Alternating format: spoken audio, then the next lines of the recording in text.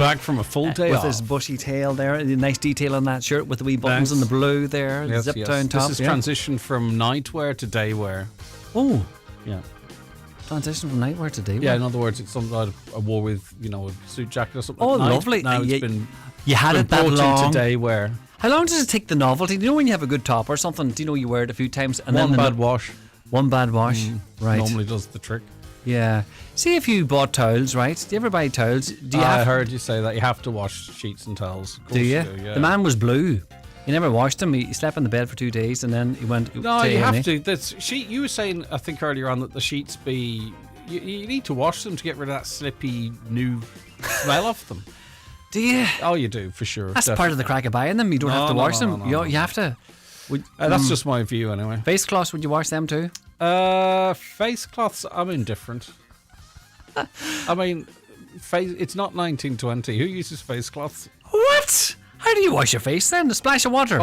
Face cloths are so unhygienic. Everybody uses a face cloth. They're so unhygienic. A face cloth? Yeah. But you probably use it once or twice and then you recycle. No, you don't. You don't. We have loads of face cloths in our house. It's like that towel beside the sink in the bathroom. Everyone's what do you rub your face with with it then? and it's there for a month. You don't use a face cloth? Just a wee splash of water? Soap and water. Is that it? Yeah. You do it. I think face cloths are incredibly unhygienic, but that's just me. No. Everybody uses a face cloth to wash their face. Do they not? Maybe they do, I don't know. You're the only one that don't, I don't think. What about this young buck? What's your name? Keelan. Do you use a face cloth? I don't. I'm with Greg on this one, Lee. What? Is there a face cloth in your house? There is. We have loads in our house, yeah, but I wouldn't be using them. Does now. anyone Ask Caroline out there now, do they use a face cloth? Caroline, do you use a face cloth to wash your face? Sharon? Face cloth. What'd she say? It's no soap, it's the face cloth. Donald, do you use a face cloth? Not for about 30 years, Greg. Yeah, exactly. Oh Not my for God, I 30 must be years. vintage, am I? Well, it's so... think about it. It's mank.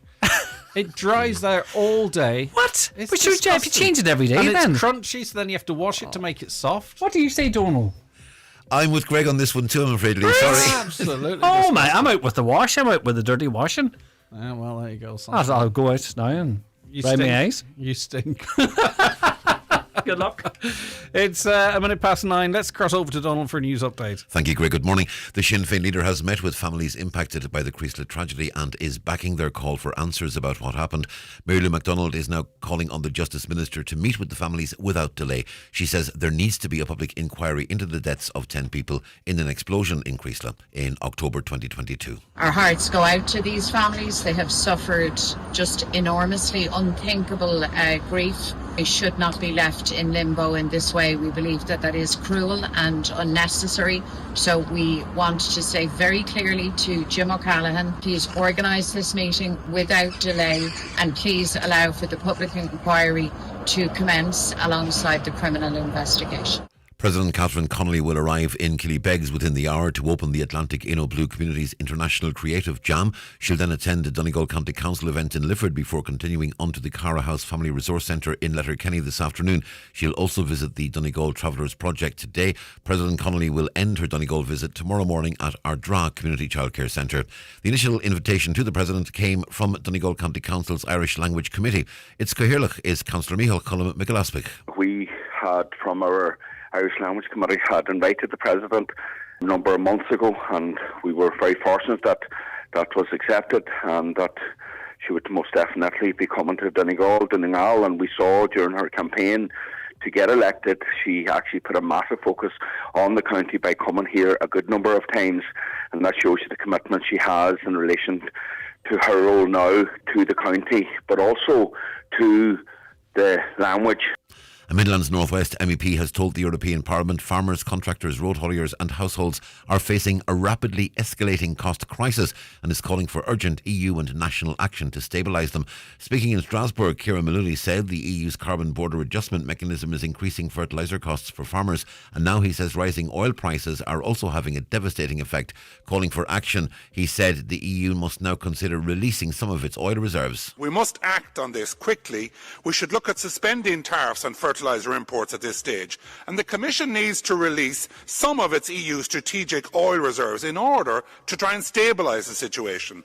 I also say the Irish Government must suspend carbon taxes for this crisis to try and deal with it. Farmers are not alone either, Commissioner. Households and businesses are under enormous financial pressure.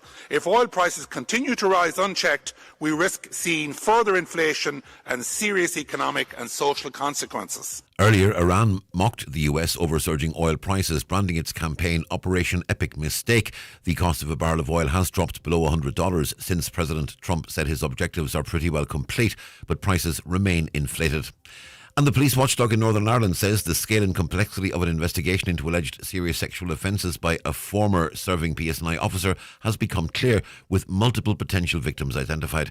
The former officer was arrested by Ombudsman investigators in December on suspicion of committing more than 10 non-recent offences, including sexual offences and misconduct in public office. They're alleged to have happened between 2000 and 2009, while he was a serving officer.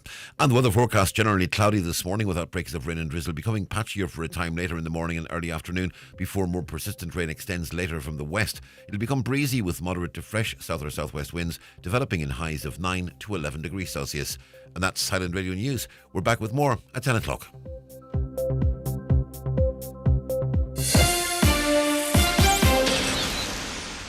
So, to help you get over your fear of phone watch, I want to try a bit of word association. Just say whatever comes into your head after each word I say, okay? Peace. Long gone. Home. Alarm. Window. Motion sensors. Front door. Video doorbell. Time. 15 seconds. Trevor, these words are supposed to be neutral. They were, until Phone Watch added all the good stuff to their alarms. Get the alarm Burglar Sphere for just €99 with 24/7 monitoring. Don't be alarmed. Be phone watched. Offer ends March 31st. Monitoring fees and terms apply. The Talk of the Northwest. The Greg Hughes Show on Highland Radio. Hello, good morning. 5 minutes past 9, Tuesday the 10th of March 26. How are you all keeping? Hope you had a great weekend, because I didn't come to work yesterday. Donna Marie sat in for me and did a great job too. Thank you to Donna Marie. And we've lots coming up in this couple of hours for you. Community Garda information coming up after 10 o'clock. That and so much more besides. The lines are open for you to get involved in the conversation. Start your own topic. Pass on your news. Maybe it's good news. We like all types of stuff here on the show. Anyway, 086 60 25,000. That is the WhatsApp and the text number. 086 60 25,000. Give us a call on 07491 25,000 or email comments at highlandradio.com. If you're listening to the podcast or indeed the overnight replay, feel free to get involved in the conversation. We can pick up your comments and carry them through to the next live show. And just a reminder, the podcast available on our website for you every morning at 11:30. We turn it around pretty quickly for you, and then is on Spotify and iTunes very quickly thereafter. So if you want to subscribe, please, it's great if you can, or maybe even leave a nice comment if you do listen on Spotify or iTunes. It all helps with the algorithms. We'd really appreciate that. And also what you get thrown into that feed is our Friday podcast. Our last Friday's podcast has been really, really popular, not surprisingly, because the day after tomorrow, Mr. Michael Sugrue, ends his tenure at Letterkenny University Hospital after 18 years in situ there. He did 20 years in Australia too, originally from Galway. Very interesting story. It's not too late for you to listen to that. And this show and the weekly podcast, all there for you, either on the website or on Spotify or on iTunes. So it's great if you can have a listen.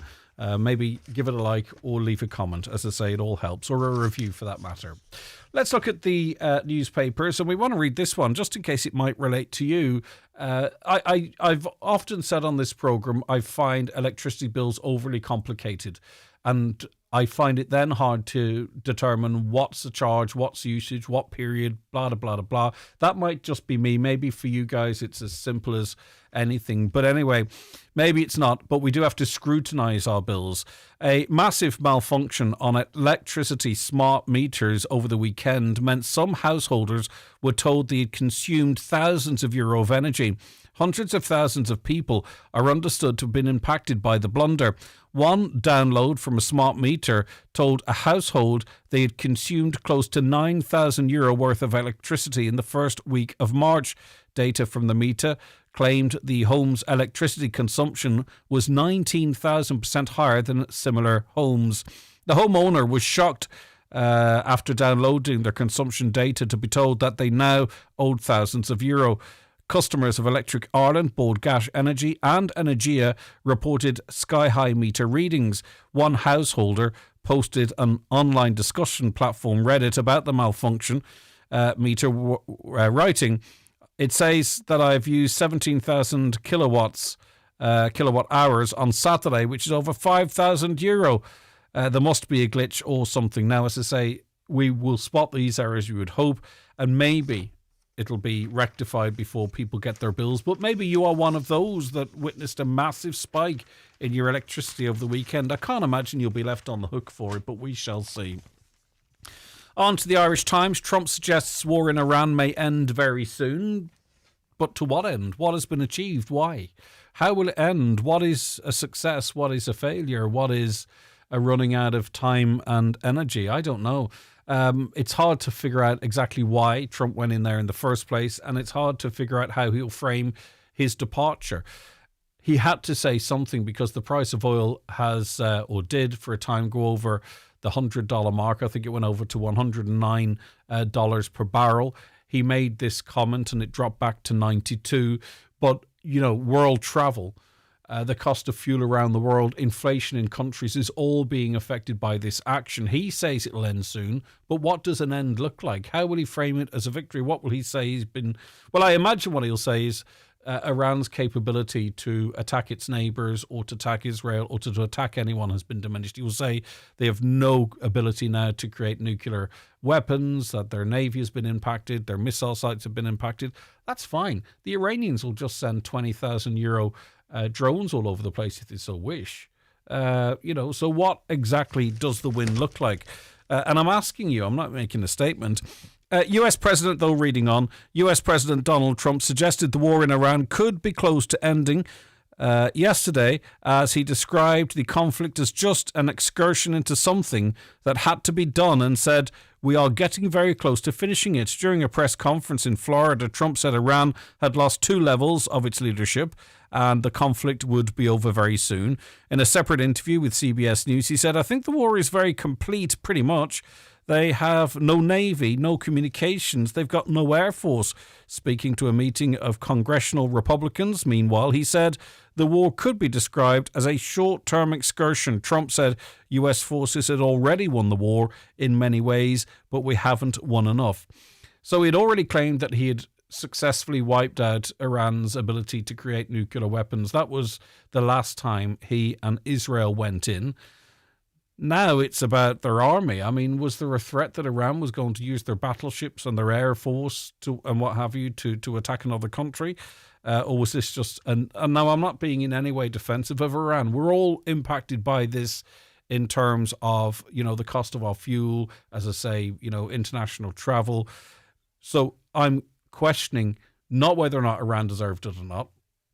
I'm questioning, what has been achieved. What will be the victory here, because he's moved from nuclear weapons now, which he said he'd already successfully done.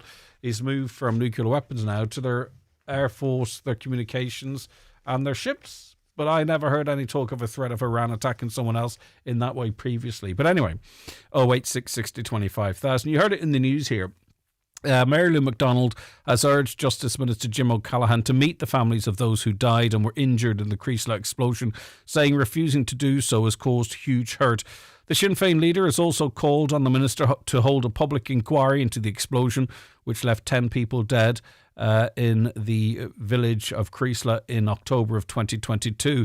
Yesterday, Ms MacDonald and local TD Pearse Doherty and Padraig McLaughlin met the families to discuss the campaign for a public probe. Speaking after the meeting, Ms MacDonald said the refusal of the minister to meet with the families has caused huge hurt. It's important they are heard, and it's possible to do this without compromising the criminal investigation. Of course he can meet them if he so wished, but when asked was it insensitive for him not to, he says it's not his business to be sensitive or not. It's his business to find the truth. So he could have met them. Whether or not a public inquiry was to follow immediately remains to be seen. Right, now, former Sinn Féin leader Gerry Adams was yesterday accused of being directly responsible for the IRA bombings in mainland Britain. He was secretly an instrumental force in the IRA and built a two-strand attack, Armalite and the ballot box, it was alleged, at London's High Court. Adams, 77, is being sued by three men injured in bombings in 1973 and 1996. So there'll be, because of the nature of that trial, there's going to be a great deal of accusation coming from it, no doubt. Did you see the big kerfuffle relating to Dublin Zoo? They had put out a promotional piece for Mother's Day, and they used a really high-profile Irish comic who dressed up in drag. I think you would call it drag. I hope I'm not offending anyone in calling it that. But it caused quite a furore. Dublin Zoo says it has been disappointed by online backlash to a Mother's Day promotional campaign which saw it use a drag artist to advertise a special offer. Last week, the zoo launched its Mums Go Free offer to help families celebrate mothers around the country. The deal was for a complimentary adult ticket when a full-paying adult or child ticket was purchased online for Sunday. The zoo used Instagram personality James Patrice, is that his name? I believe it is, who dressed up like his Malahide Mammy character to promote the event. This sparked an outcry from many on social media who queried why the zoo could not find a woman to front the campaign. I wonder, is that a bit of a storm in a teacup or a double D cup, looking at his outfit here? Or really, when you're doing a promotional like that around about International's Women's Day, around Mother's Day, should you get a woman to do it? And the people I saw quite angry about it are those mostly sort of invested in the gender wars, if I could put it like that, it says. But anyway, there you go. And finally, fuel prices are not going to come down anytime soon, it would seem, because the government doesn't appear any more likely to introduce energy supports, despite oil prices rising by 25% since the war in Iran began. Oil has hit $100 a barrel for the first time since July 2022, with the G7 saying it was taking all necessary measures to support energy supplies. But we're not going to be getting any respite on that soon. And I'll run through you, in fact, if you're interested, very clearly a little later on in the programme, precisely what is the breakdown of it. We talk an awful lot about the tax and the raw costs and this, that and that, right? But what I'll do is I'll give you the exact figures as to what money goes where and how much of the increases, the new increases the government's taking, etc. That's all coming up and more after these. The Greg Hughes Show on Highland Radio. Text WhatsApp 086 60 25000. Call 074 91 25000 or email comments at highlandradio.com. Newspapers are kindly supplied by Cosgrove Centra, Mountaintop Letterkenny. Now with the new look Mountaintop Diner.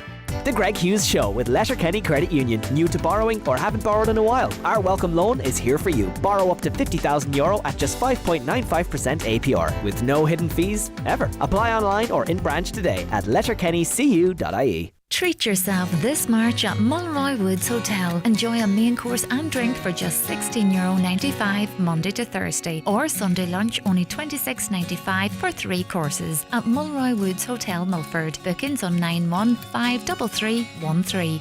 Whether you're travelling from Milford to Manchester or Buncrana to Boston this Easter, An Post Money is your foreign currency exchange partner in Donegal. Bob into your local post office and get 0% commission on foreign currency in cash or card instantly, 6 days a week. An Post Money, making better happen.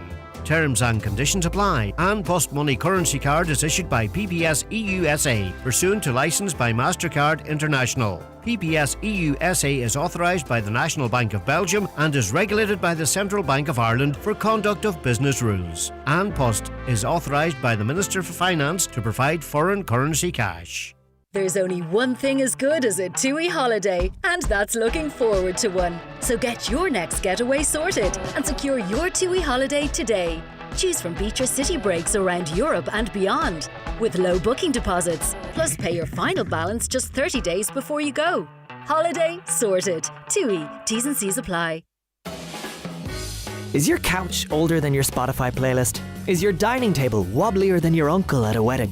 If so, it's time for an upgrade at Grove Furnishings, Kiltoy Road, Letterkenny, the largest furniture store in the Northwest.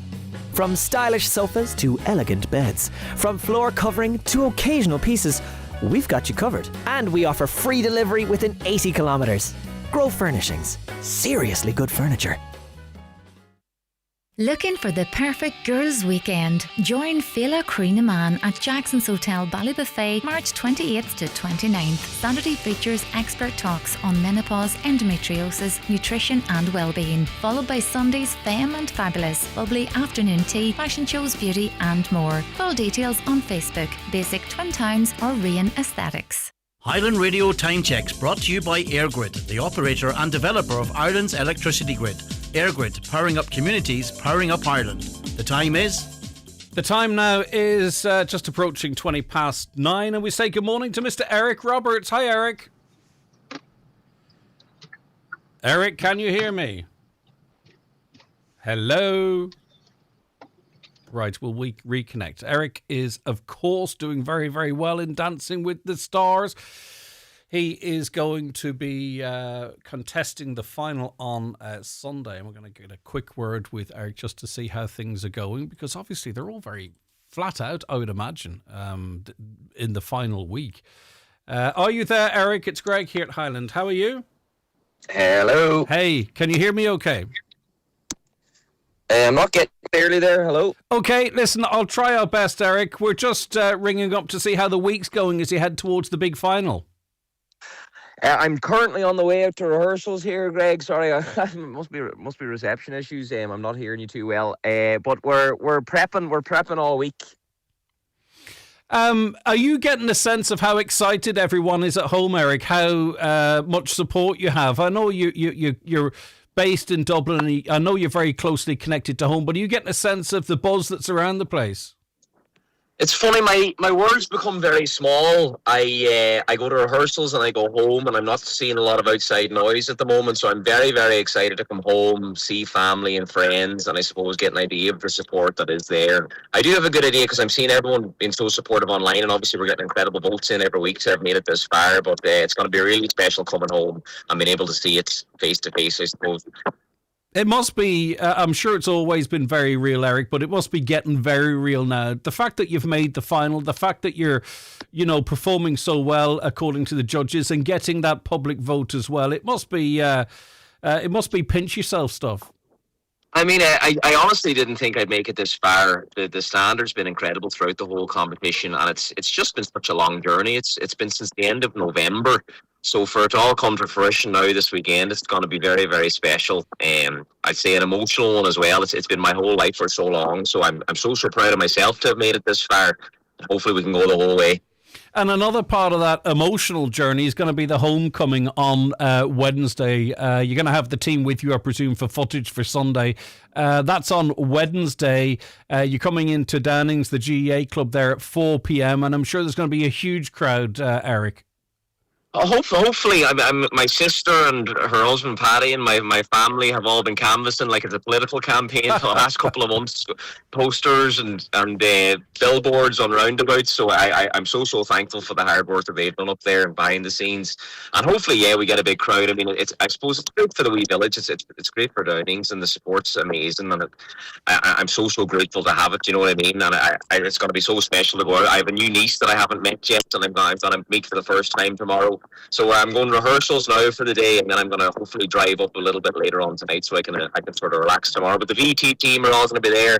We're going to have radio there. I think Ireland AM are coming up. So yeah, it should be a very special day. Happy days. And what do you know, or what can you tell us about Sunday and your prep for that, Eric?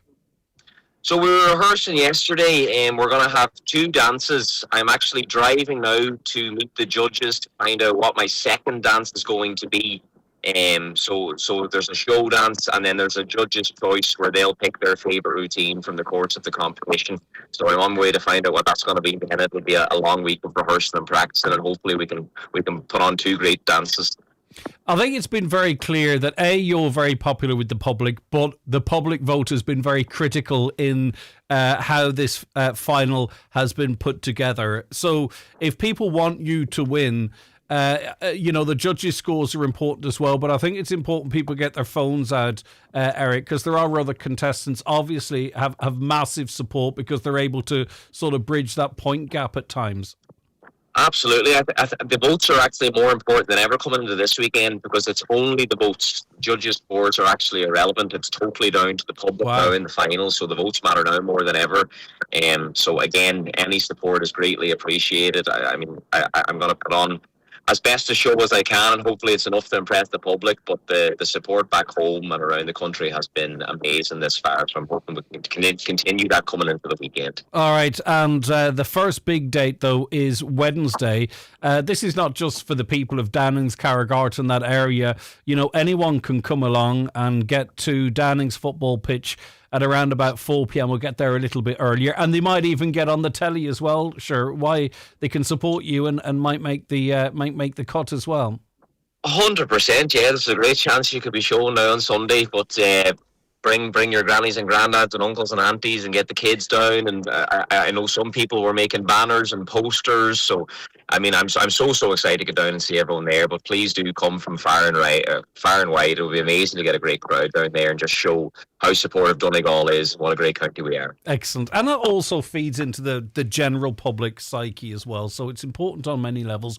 All right, Eric, I won't delay you any further. I know you're flat out this week. It'll be nice for you to get home for a day or two as you build up for the big final on Sunday. But, you're doing everyone up here proud, and people are really, really invested, as you well know, in your success now at this stage. So all you have to do now is go on and win the blooming thing. Fingers crossed. Thank you very much, Greg. Look after yourself. Bye-bye. So if you want to show your support for Eric, you can get along to Downings on Wednesday afternoon at 4 p.m. And, the cameras are going to be there. You might get on the telly. Who's to say? Right, okay. Mary McFeely is a lactation consultant for Donegal and joins me in studio now. How are you getting on? Hi, how are you doing, Greg? It's good to see you. Now, I heard about this and interested in teasing out the significance of it.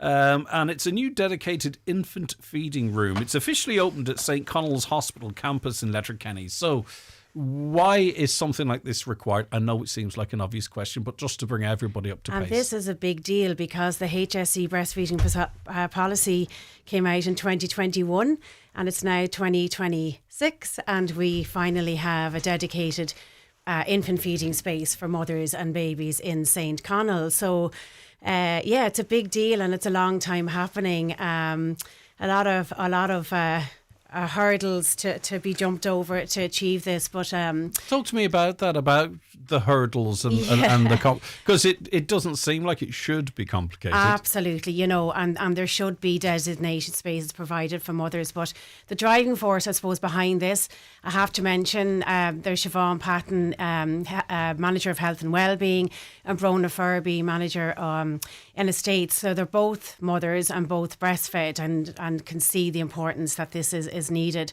But the hurdles would be funding and finding a space and getting a space built. It's an old building. There was literally no space available in St. Connell. So it's really, really great that this space was high, it was highlighted and the girls worked on achieving the space and getting funding for it. So it's a bigger deal than you'd imagine. Yes, and when we talk about the benefits of breastfeeding and the supports that are there, it would have seemed like a bit of an ironic gap then that couldn't be facilitated. Exactly, and I'm sure right. Some of you guys were going, we need to practice what we preach here. Exactly. And I do a breastfeeding support group, a couple around the county, but there's one in Letterkenny. And at the moment, some of the mothers attending are returning to work soon. And it's a huge anxiety for them because extended breastfeeding is becoming more popular. So those mothers who are breastfeeding,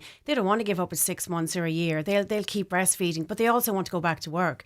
So it's really important that it's facilitated for them, that this anxiety is big for them. So at least if they know, well, they go back to work, particularly within the HSE, a designated space will be there so they can So either how does express that milk. work effectively? So who do you envisage using it, and how would that work in terms of going back to work? Because are there childcare facilities there for the HSC staff? So I'm just curious as to how that... If a mother is returning back to work and their children generally would attend a creche or a childminder, but the mother's at work and she's breastfeeding, so she would need then to support her supply by being allowed to express milk, for expressing milk during her working day. Understood. But the room in St. Connell's is called an infant feeding room. There is a lovely breastfeeding chair. There is a changing unit, but it's for all mothers and babies. So it's for all infant feeders. So if a mother is in the campus attending an appointment, we would hope that you would be able to use the room to either breast or bottle feed her baby and to change her and maintain baby. routine. That's exactly it. Yeah, well, to be supported rather to go, do that. well, where do I go? I can't go here because I can't do that. Yeah, and it's funny, at the day of the launch, we had one of my colleagues there, Teresa Daly, who's also a huge advocate for breastfeeding. She was describing to me when she was breastfeeding in a public space, and she was asked to move, not asked not to breastfeed, but she was asked to move to a different area, and the area that they were moving her to was a screened off area beside the toilet. So was that local? It's actually, I don't know if it was local or not. No, and it's still... That's really strange in 2026. Exactly. So we have to change societal ideas. And maybe our idea of what we think of boobs for as well, too. I don't mean that crude, and I'm sure she's being discreet, but for crying out loud. Yeah. No, I totally agree. So we have to change, and society now has to embrace all our breastfeeders, and then hopefully that will increase the amount of mums that breastfeed, because they know they'll be supported wherever they go. But you and the team are making inroads. We've been laggards for quite some time, haven't we, in the Northwest here? And Ireland we have. as a whole, but the Northwest as a region of Ireland. But we have to sort of recognise too that things are improving. Things are improving, and things like this, it's just, for institutions as big as the HSE to invest in breastfeeding mothers returning to work, and invest in breastfeeding supports, which is why I have my post, because I'm a public health nurse lactation consultant employed by the HSE, which is a huge move. So massive. That there's free access to lactation support, and it's for everybody. So that's a huge thing as well. I used the word boob earlier on, right, the breast, and someone wrote a letter of complaint to the use of the word in the context of breastfeeding, and I was like, right, okay, anyway, but that's fine. So whilst we're here, it's not just ladies who've had their babies or what have you. Your supports can start early in terms of planning and stuff, right? So if people are going, well, my mum didn't breastfeed and my aunts live in County Galway, so, and I'm not saying everyone needs female support, right? I'm just trying to create a scenario.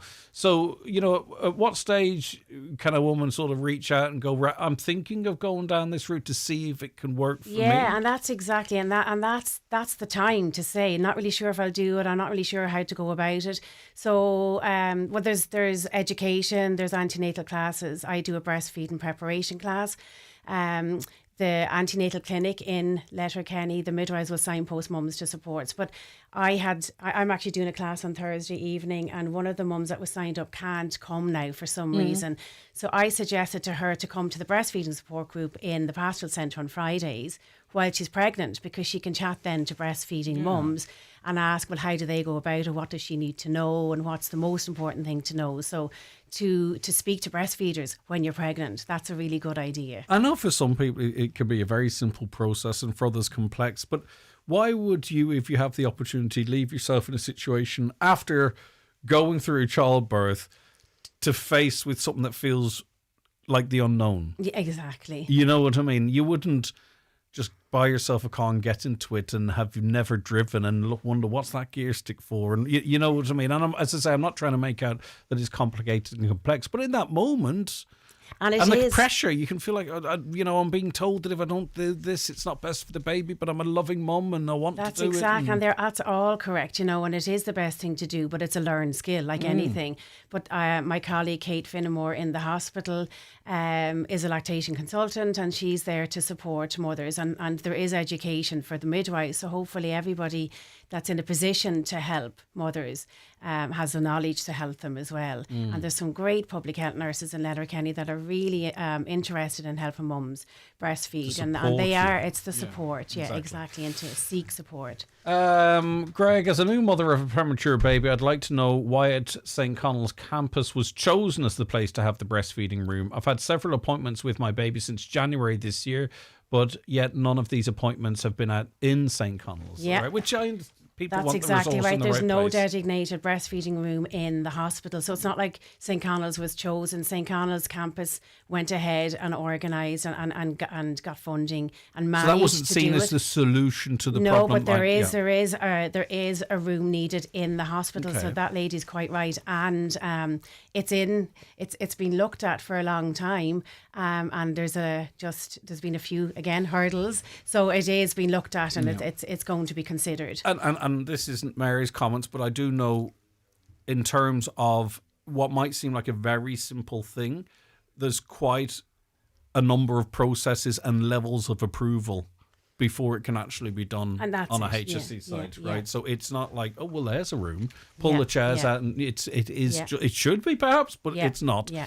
And that's why the achievement at St. Connell's is such a victory, right? Not a victory like it was a war, but because these things are not easy to get over the line. Yeah, so we are looking at one in the hospital just to so reassure your point that is a mother. valid one, and just to be clear, according to Mary and her team, that's not seen as a solution to the issues that are at LUH, and that's going to be the next big one. Then, Yeah, so. no, I hope so. Yeah, definitely. Yeah. Right. So who can avail, Mary, or how do you go about it? If I want anyone who's can have access to it, and for you to let them know how. Yeah, so it's the infant feeding room in St. Connell's, and it's beside the main reception at the entrance to the dental clinic. So it's at entrance 2, and there is a really helpful lady in the reception in St. Connell's. She is Catherine Farmer. So Catherine will signpost mums to this room, and she's going to kind of monitor and make sure that it's well maintained, and when we have cleaning arrangements and everything. Up to now, mums have been going to Catherine and asking, where is the space to feed? And she's been trying to accommodate mothers in all these nooks and crannies, and it was terrible. Yeah. So it's great now. It's beside the reception area. Brilliant. So, anybody who comes in, for most appointments will pass this room. So it's for all mothers with babies, and there's a changing facility in there as well for mothers. Lovely stuff. Thanks so very much. Thank Anything you for we've having missed or me. you need to add whilst we have you here? No, I think that's everything. Thank you. Lovely stuff. Yeah, thank just if anyone wants to find out about any of the supports that are available, where's the best port of call? So, it's all on the HSE website. Website. It's all there. All the numbers are there.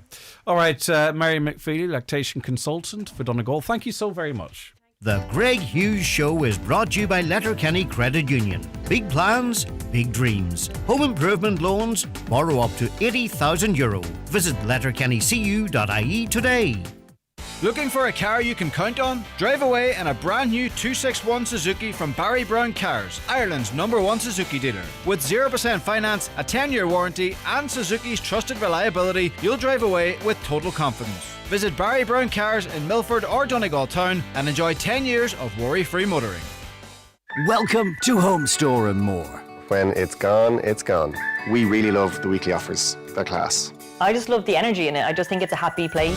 I love the fact that every time you go in, you discover something new. What I really like about it is that Home Store and More is Irish owned. The friendliness of the staff, the quality of the goods, and the price. It exceeds my expectations all the time. So drop by your local Home Store and More, where we're always happy to welcome you. Home Store and More. A happy home. Itching, burning, soreness. When you know it's thrush, you want it gone. Treat the cause, not just the symptoms, with Canesten Combi, Ireland's #1 thrush treatment brand. Canesten Combi Pessary and Cream contain clotrimazole. Always read the label. #1 based on volume sales data. To verify, contact info.ireland@bayer.com. And now, news so big, it needs an even bigger newsreader. Take it away, Eileen Dunn! Today's top story, better broadband could save you money. Providers across the country are using NBI's fibre network to bring fantastically fast broadband straight to your door. And more speed doesn't equal more money. That's right, Fanula. It can actually cost you less. So why wait? Everyone needs to get it done. Connect at nbi.ie. Fanula, it's good to be back. Oh, I'm thrilled. Do you have a job vacancy that needs filled fast? Tried everything but still no luck? Let Highland Radio's Job Spot do the work for you. We'll share your vacancies with 70,000 daily listeners in Donegal, Derry and Tyrone every Monday, Wednesday and Friday during prime time. Plus your jobs will be listed on highlandradio.com under our Job Spot section. It's fast, cost effective and reaches the people you need. Contact our advertising team today on 07491 25322 or email advertising at highlandradio.com. Highland Radio, delivering your message across the Northwest. Now you're welcome back to the show. Let me see, did I read this breastfeeding comment? No, I did not. Great news to hear this on the show today. I had my baby at the RSV clinic in St. Connell's before Christmas. I was honestly shocked to see there were no baby changing facilities there, so this is really welcome news. The support for breastfeeding mothers is fantastic as well.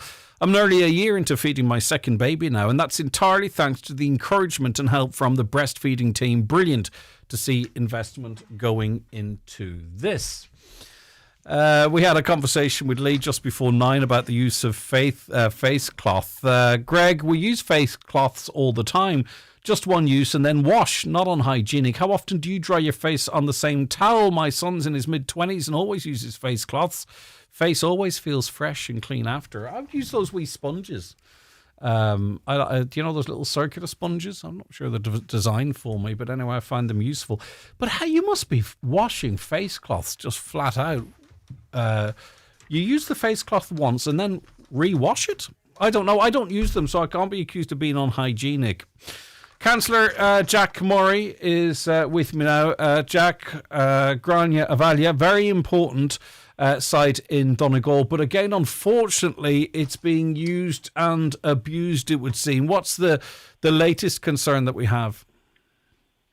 Yeah, it's an absolutely disgraceful situation. Green Valley, as we know, was a beloved site of massive historical importance in Inishal and County Donegal, the Northwest.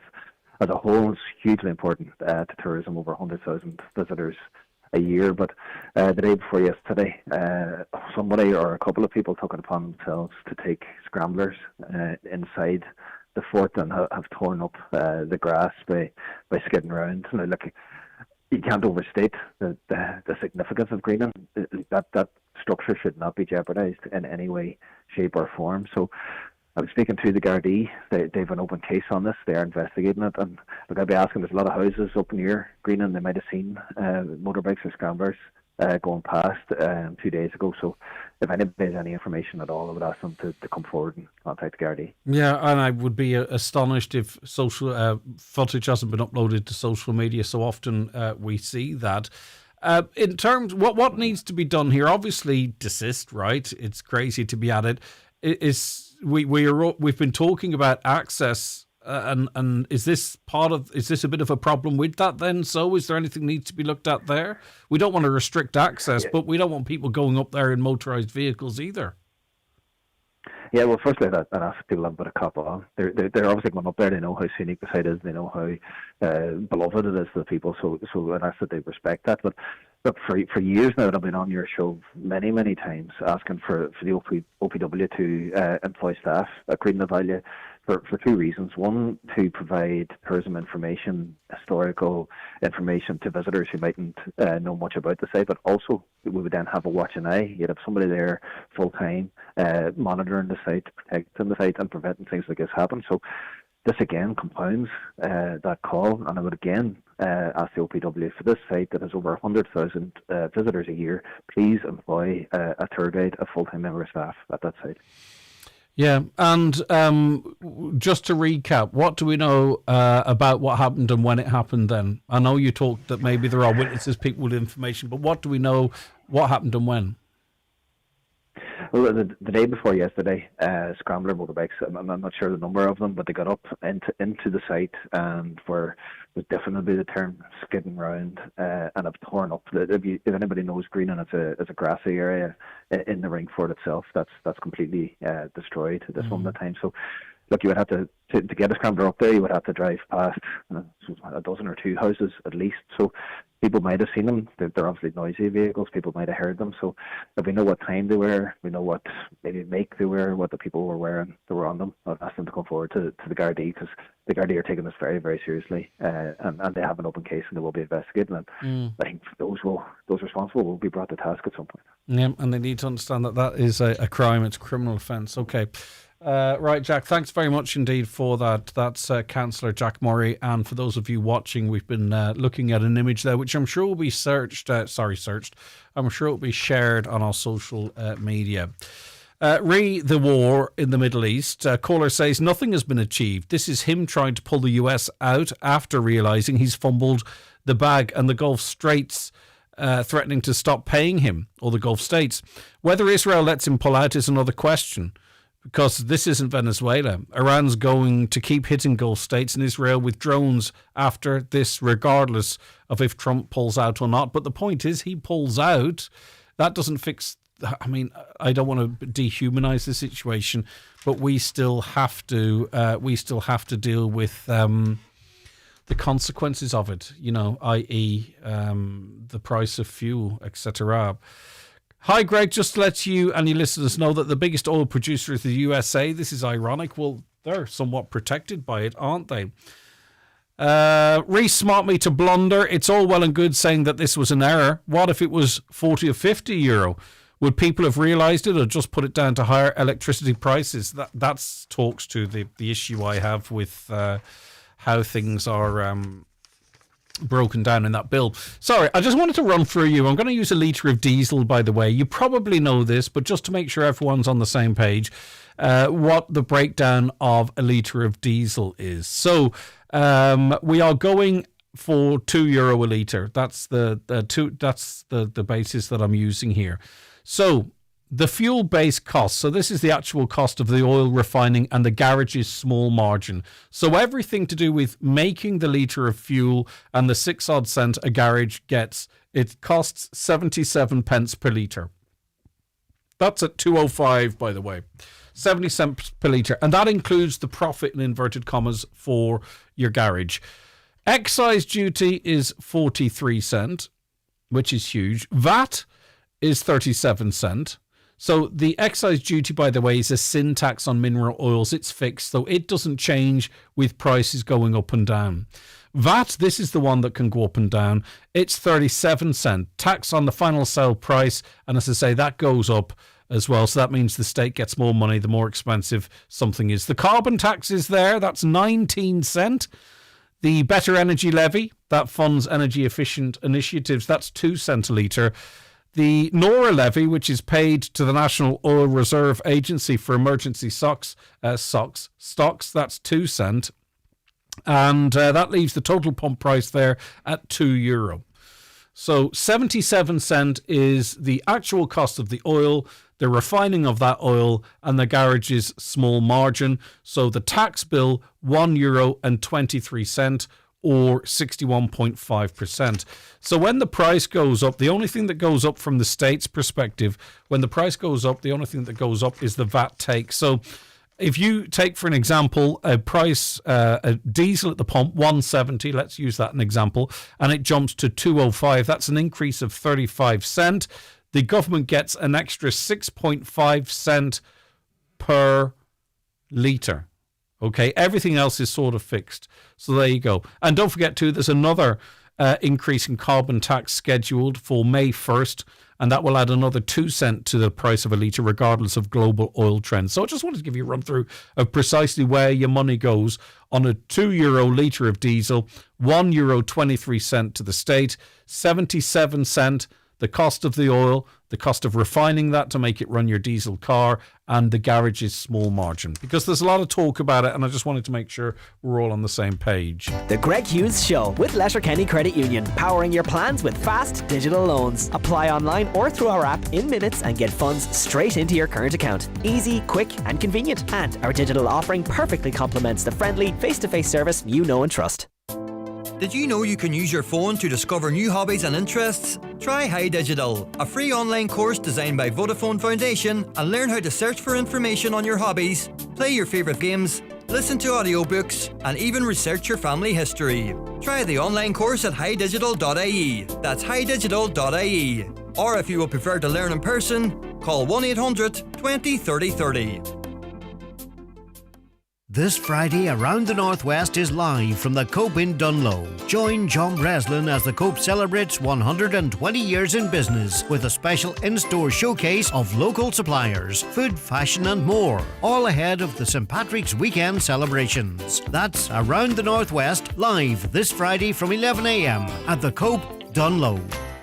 Who's watching your home while you're asleep, at work, or on holiday? With the Sheridan Security Alarm System, you can be assured of round-the-clock monitoring. Our central monitoring station is on duty 24 hours a day, 365 days a year, monitoring homes and businesses in the Northwest for intruder, fire, panic, and medical signals, giving you the peace of mind you deserve. Sheridan Security Systems, Bonagee, Letterkenny, protecting what you value most. Call us for a free quotation on 9126 6025. Thinking about building and renovating your home? Come along to the Inishowen Co-op Home Build and Energy Efficiency Show at the Inishowen Gateway Hotel, Saturday 21st, 11 to 4. Expert speakers, practical advice and free for everyone. Hello, this is Ina from the Really for Life Donegal Committee. This April something special is brewing in the hills of Donegal, and we're inviting the world to join us. Host a Boil the Kettle event, gather your people and donate what you raise to support the Irish Cancer Society services and research projects. Highland Radio weather updates with McElhinney's. Find the perfect outfit for any event this season with our extensive collection of occasion wear for women and suiting for men. Explore more in-store or shop online at mcelhinneys.com. Radio. So generally cloudy this morning with outbreaks of rain and drizzle, becoming patchier for a time later in the morning and early afternoon before more persistent rain extends from the west later, becoming breezy too. Temperatures 9 to 11 degrees and it's going to get a bit breezy during the week and chilly towards the weekend. We'll tell you more about that later on. Fergal McAloon is singer with the Whistling Donkeys and he joins us now. Good morning, Fergal. How are you getting on? I'm doing the best, Greg. How's things? I'm doing good, and it's good to have you with us. What a sickener, though, because, you know, you're going fantastic, going great guns, much of that within your control, but a bit of an experience in America where it was completely out of your control. What happened? That's it. It was put a bit of a dampener on the weekend. Now we were in Chicago, and we had our gig done. We had a great weekend. We had packed up the car, and we were heading to the airport, but we had dinner booked on the way, so we stopped off at a pizzeria. The lads wanted to try some Chicago pizza, and we parked the car in a multi-story car park just literally next door. We didn't have our food, and when we come back, we just noticed the glass lying around the side of the car, and some of the stuff had been stolen from the car, you know. Yeah, what stuff, though? Because a lot of good, high-quality stuff was in there. There was a lot of... We got away... Well... in some ways we were lucky. There was none of the instruments. They didn't seem to realise the value of the instruments, so they didn't touch the instruments. They took a fair bit of cash, and they took Tomas's suitcase, which had his passport in, was the biggest issue. And then Oscar, the drummer, he's a videographer here at home. That's what he works at, and they stole his bag, all his video equipment and lenses and memory cards and all that stuff. That's he's took the hit here, hasn't he? That's big value stuff and some stuff that's hard to replace as well. That's it. All his old stock footage and stuff like, and even just building up that sort of equipment again. I'm sure he didn't buy it all in the one go, so he's gathered it up over the years, you know. So but he's managed to get home anyway. You sorted out a temporary passport for Tomas, did you? Have to say about the Irish consulate, like they were closed on a Sunday, but we contacted them through their emergency number and through some contacts that people had sent us when we asked for help, and the fella that we got in contact with just literally dropped everything and drove to the office, and he got Tomas sorted out with a temporary passport. Now he still had a bit of an issue getting through passport control to get out. The TSA weren't going to let him travel with it because they said it didn't meet their requirements, but eventually he tried another agent and he got through. Now he was really relieved. He was panicking a bit because he had obviously lost his suitcase, so he had no clothes or anything, like, so he really needed to get home. But now the pressure's on us now to turn it around, because we're due to fly back to New York on Friday, so he's actually on his way to Dublin today to get a new passport, and then hopefully that we can get the visa reissued before Friday. Yeah, fingers crossed. But hey, it's from just focusing on the band's perspective. Chicago 1 week, Connolly's New York the next. It's fantastic. It's good. We're looking forward to Chicago. Was a new city for us, so we had been looking forward to that one for a while, and then we always look forward to going to New York. Connolly's there, Bernie, the owner there, always gives us a great welcome, and he looks after us we're there the whole weekend. This time we're playing 3 nights on the trot, so we're looking forward to that. It'll be good if we can get this sorted out with this passport. It'll be a good weekend. Aye, exactly. Or what instrument does Thomas play again? He plays the banjo.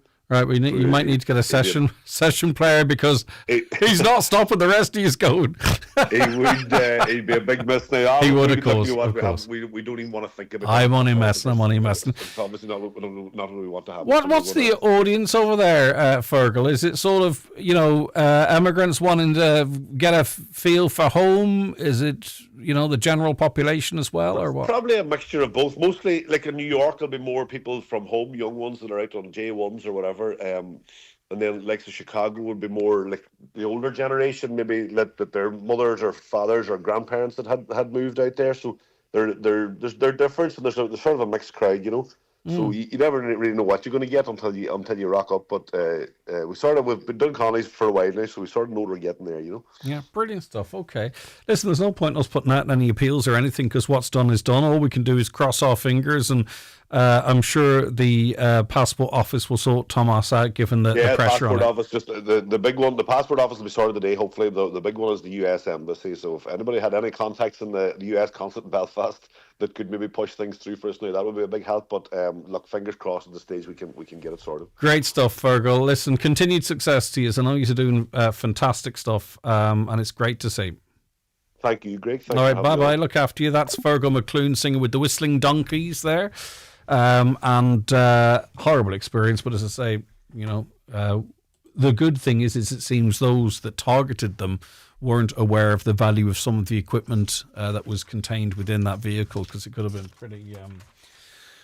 pretty more devastating, if that makes sense. I'm told in terms of traffic that around avoid the Leck Road as there's heavy traffic. I had to turn back. I'm not sure if that's eased. That come in a little bit a little while ago. Just wanted to give this a mention, by the way. And the question is, are you a parent living in Ireland, whether your home is affected by mica pyrite crisis or not? We'd value your input in an important study being conducted by the School of Psychology at Dublin City University. Now, I didn't phrase that. The inclusion of mica there is interesting as a start point to them looking at this. But they're looking at a very important area of it anyway. What they are doing, they're exploring how housing conditions in Ireland may influence parents' well-being, particularly stress and anxiety, and whether supports from family, friends or the community can help parents cope. So what they're looking for, parents aged 18 plus living in Ireland who own their home with at least one child under 18, either living in a defective concrete block or living in a home with no structural issues. So there's two groups. It's a comparison group. So in other words, if you don't live in one of these homes, they need a comparison group. But if you have a defective concrete block home, as I'm phrasing it, they call it mica pyrite, that would be group 1. So the survey is anonymous. It takes around 3 to 8 minutes and includes only general questions about feelings, support and housing concerns. No names, addresses or identifying information is collected, and you can stop the process at any time. They say that your participation will help improve understanding of how housing insecurity affects families in Ireland. So it's DCU surveys. It's kind of a messy URL, so we will share that on our socials just in case you want to feed into that, and it might be advantageous. I know we've done some amazing studies based in the region and involving the college in the north in relation to this. But the more information we can get, the more we can get out there. And as I say, just to be clear, they reference it as the mica pyrite controversy, not I. Let me see. I don't have time to give anything else a mention before 10, but I'll come back after 10. And also after 10, we've got Community Garda Information. Garda Grania is in studio with me, running through the latest appeals and information. So stay tuned for all that. The Greg Hughes Show with Letterkenny Credit Union. New to borrowing or haven't borrowed in a while? Our welcome loan is here for you. Borrow up to €50,000 at just 5.95% APR with no hidden fees ever. Apply online or in branch today at letterkennycu.ie. McGowan Hearing, one of the longest established audiologists in the Northwest, now have weekly clinics in Letterkenny, Buncrana and Carndonagh. Book your free hearing aid consultation at one of these clinics or with audiologist Darren McGowan in your own home. Call 07191 00208 or visit mcgowanhearing.com. Celebrate Straband's St Patrick's Day 20th anniversary. Carnival Parade at 2. Music, family activities and entertainment in Straband Town Centre. Info at St Patrick's Day Straband. Discover the brand new menus at the Water's Edge Rathmullen. Open 7 days from 9 a.m. to 9 p.m. Enjoy freshly prepared dishes in a stunning waterfront setting. Don't miss our special offer. Overnight stay with breakfast for two, just €99. Available until March 31st. Book now by calling the Water's Edge on 074 989 1352. There are gift ideas to make Mum's Day waiting for you at Dunn Stores. Discover picture-perfect frames, gorgeous nightwear, limited edition mugs, beautiful faux flowers and much more. Can't decide? Give her the gift of choice with a Dunn Stores e-gift card. Buy and send an e-gift card in seconds or schedule it to arrive in her inbox on Mother's Day, Sunday the 15th of March. Shop in-store or online now. Dunn Stores. Always better value. Terms and conditions apply. Ready to energise your future? Then apply today for ESB Network's Electrical Apprenticeship Programme, where every day is different from the next. To apply to ESB Network's Electrical Apprenticeship Programme, visit esbnetworks.ie/apprenticeships. ESB Networks, energising your everything. In Rwanda, women do 70% of the agricultural work. So when climate change causes extreme weather, it's mothers who feel it most. And it's not just. Please donate now at trocra.org or call 1800 408 408. This extreme weather report was brought to you by Trocra. Letterkenny Show Society Pedigree Bull Sale will be held in Reformart on Tuesday the 10th of March at 6:30 p.m. with 64 pedigree bulls on offer, consisting of 37 Charolais, 10 Limousin, 15 Angus and 2 Hereford. Online bidding available on martbids.ie. That's this Tuesday at Reformart. Live, on air, online and on the Highland Radio app. This is Highland Radio News. Good morning, it's 10 o'clock. Donald Kavanagh at the news desk. President Catherine Connolly is in Donegal. She arrived in Killybegs a short time ago, where she's opening the Atlantic Inno Blue Communities International Creative Jam. She'll then attend a Donegal County Council event in Lifford before continuing on to Cara House Family Resource Centre in Letterkenny this afternoon. She'll also visit the Donegal Travellers Project. President Connolly will end her Donegal visit tomorrow morning at Ardra Community Childcare Centre. The initial invitation to the President came from Donegal County Council's Irish Language Committee. Its Cathaoirleach is Councillor Micheál Chula McGlaspag. We had, from our Irish Language Committee, had invited the President a number of months ago, and we were very fortunate that that was accepted and that she would most definitely be coming to Donegal.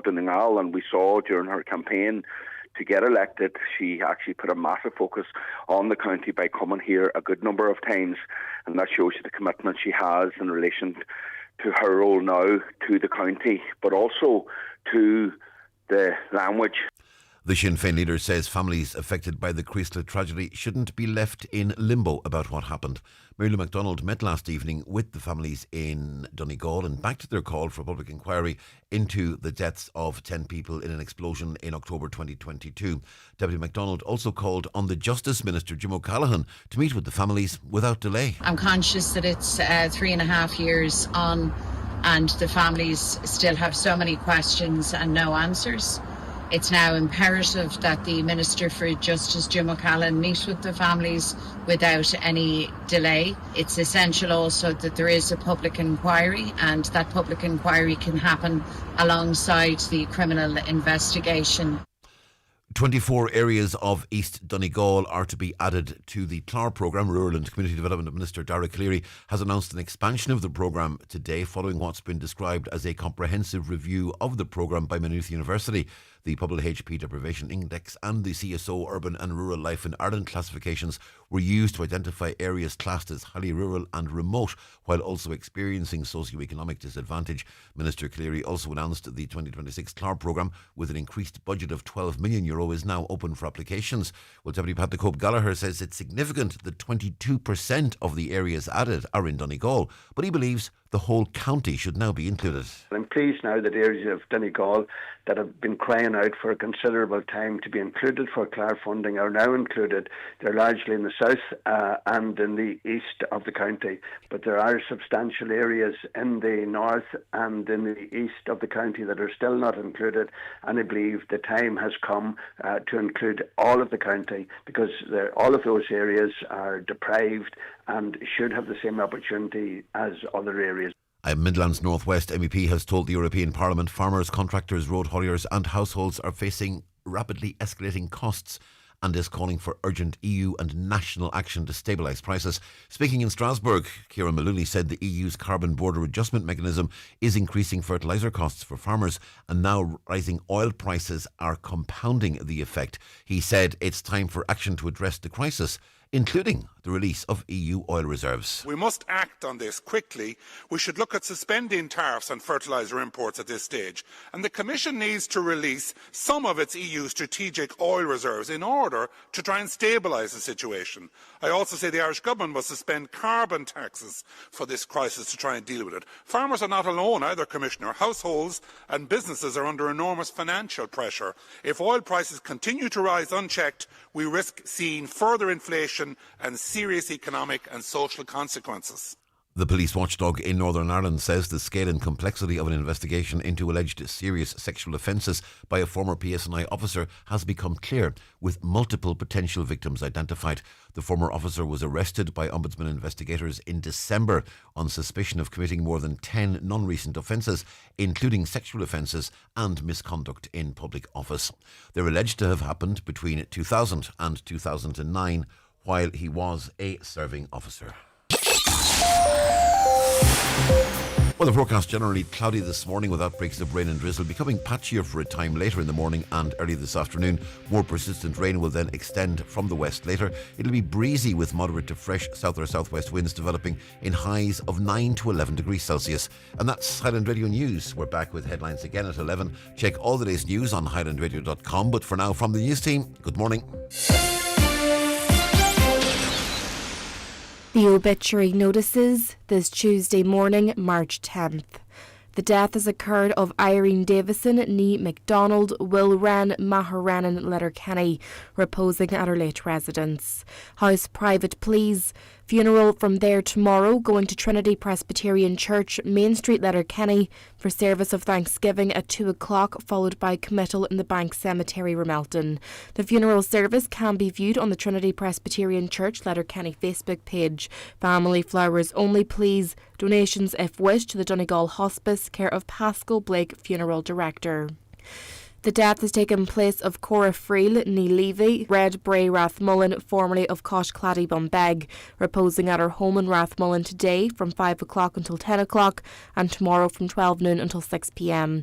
Removal from there at 6 p.m, going to St Joseph's Church Rathmullen to arrive at 6:30 for prayers to repose overnight. Funeral Mass at 11 a.m. on Thursday. Interment is afterwards in Rathmullen Cemetery. Funeral Mass can be viewed on MCN Media. The death has taken place of Thomas Alcorn, Rui Fulcara. His remains are reposing at Gortahork funeral premises, with viewing today at 4 o'clock to 8 o'clock. Funeral service tomorrow at 2 p.m. in St Paul's Parish Church, Remonder Donny Family flowers only, please. Donations in lieu, if desired, to the Kidney Dialysis Unit, Letterkenny University Hospital, care of any family member. The death has taken place of Edward Rodden, Moville. Funeral Mass is going to St Pius X Church, Moville, followed by interment in Ballybrack Cemetery. Funeral Mass can be viewed live on movilleparish.com. For family information and more details regarding wakes and funerals, please go to highlandradio.com.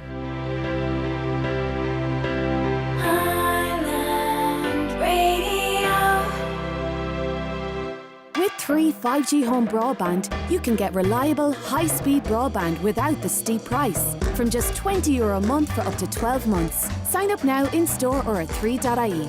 From €39 a month thereafter, subject to coverage, minimum term, direct debit and annual price increase. 5G subject to location, availability and device. Speeds may vary. See 3.ie. The Greg Hughes Show on Highland Radio. Text WhatsApp 086 60 25000. Call 074 91 25000 or email comments at highlandradio.com. Greg, can you wish the cast and crew of Letterkenny Musical Society good luck on opening night? Have come from away in on Green on tonight. Break all the legs and enjoy your run. Lots of love from a very proud Madame Director. Okay, well done, everyone. Have a fantastic show, and I'm sure it's going to be huge. Right, we're joined on the programme now by Ellie Stockerty, who's Managing Director of Donegal Airport. Good morning to you. Thanks for joining me. Good morning, Greg. Right, okay, so obviously the issue hasn't gone away, and I know we have campaign groups in the community, not least the Cancer Flights and Services group, pushing for a return to where we were at or where we were going, to avoid where we could be going. So anyway, what is the situation from the airport's perspective? You met with the Department of Transport. What's the latest? Yeah, we met yesterday morning, myself and the chairman, Gary Martin, met with senior officials from the Department of Transport, as well as the senior advisor to the Minister. The Minister, unfortunately, wasn't available as he's out of the country at the moment. But we had a robust meeting there with the officials. It was our first opportunity to engage face to face with them, and they heard our concerns. We highlighted again the concerns that have been raised by the Cancer Care Group and by other people and other airport users in relation to the proposed timetable change. We highlighted those concerns again to them, and we asked for an update on where they're at in their negotiations with the airline. So we were advised that they've been engaging with the airline over the past number of weeks, and that they'll continue to do so, and that they hope to conclude that process within a week or two. Obviously then, if there's a new proposal put forward by the airline, the department officials will have to do due diligence on that and then make a recommendation to the Minister on how to proceed. Quite rightly, a lot of the focus in the conversation has been about the use of the flights, the services for those seeking medical treatment. But just from the airport's perspective, we could park that for a moment. What impact do you believe that this new schedule might have on passenger numbers, excluding those going to or returning for medical treatment? Yeah, obviously those who travel for medical treatment are a very vulnerable group, and they have deep concerns. But we have other airport users. Obviously, the afternoon flights were the highest for tourism, so a lot of passengers making connecting flights in through Dublin Airport. The timetable allowed them to connect from early morning right up until about 11:50. So we had connections coming from the US, from Europe, from worldwide, basically a lot from the UK. The new timetable just doesn't facilitate that. And again, on the flights out at night time, landing back into Dublin at 9:30 at night, that timetable only serves the immediate Dublin market. It doesn't serve any connecting flights. So it's going to have a serious impact on our passenger numbers. We estimated that 48% of, we didn't estimate, the facts are that 48% of the users of the flights are using that afternoon flight. So you could just say a 48% drop. Now some of those will transfer over to the morning and the evening, but again, if the aircraft's not overnighting, there can be a loss of confidence in the on-time departure of that morning flight, which could further lose passenger numbers there. So it's very serious concerns for ourselves. Now, I know, of course, this is a subsidised route, but others have described the new schedule, the morning and evening flight, as effective phantom flights. Now, obviously, there's 52% of those that may transition to them. I don't know. We don't know yet. So with all that in mind, and as someone who runs an airport, what can you see the logic as to why not only the tender was put out as was, but why the airline submitted its tender on the basis that it did. In other words, knowing the figures that you have because they're the carrier, why would they schedule flights that we know might be pretty empty? Well, I mean, obviously I can't speak for the airline and what their rationale was for doing it. I can certainly speculate that it was done in the interest of the airline and not in the interest of the route itself. Because if the airline had to do it on a commercial basis without any funding from the PSO, they certainly wouldn't operate flights at that time in the morning. The demand has always been in the opposite direction. There just isn't enough business traffic wanting to come into Donegal at that time in the morning, and for tourism, it's absolutely nonsensical. So, even if as someone who's even not arrive at 7:25. Yeah, but so someone who's not if they arrive at 7:25. Yeah, but if someone who's not involved in the industry, presumably, if you have to satisfy the tender, it's probably cheaper to run planes that are half full to empty, and yet you're still ticking the box on the contract. I mean, there's obviously a wider discussion on the PSO itself and the regulation. We spoke to the department about that yesterday, and we were trying to get an understanding of why the tender was accepted. But they have a very clear view that within the regulation there is only the option to accept the tender or to reject it. That's something that should be maybe looked at in the future. And obviously the other issue is that in hindsight now, if the request for tender were to be rewritten, it would probably be written in a much different way than it had been. But it had worked as it had worked for 24 years previously without any issue. Yes, but we unfortunately we cannot rely on custom and practice or something along those lines in these terms. Someone's dropped the ball along the line in terms of the tender because it wasn't designed to meet the needs. We just so happen to have it meet the needs.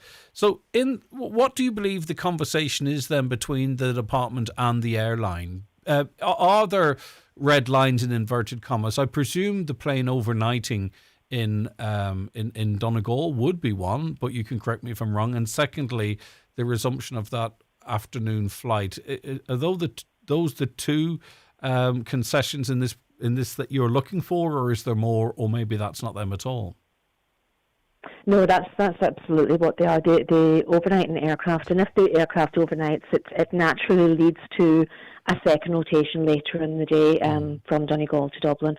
So that's exactly what we're looking for, and as I understand it from our conversation with the department, that's the engagement that's going on with the airline at the minute to try and see what options there are to revert to that previous schedule. And of course, if I were negotiating on behalf of the airline, I'm going to be looking for the best deal possible, and we're going to have to meet somewhere in the middle.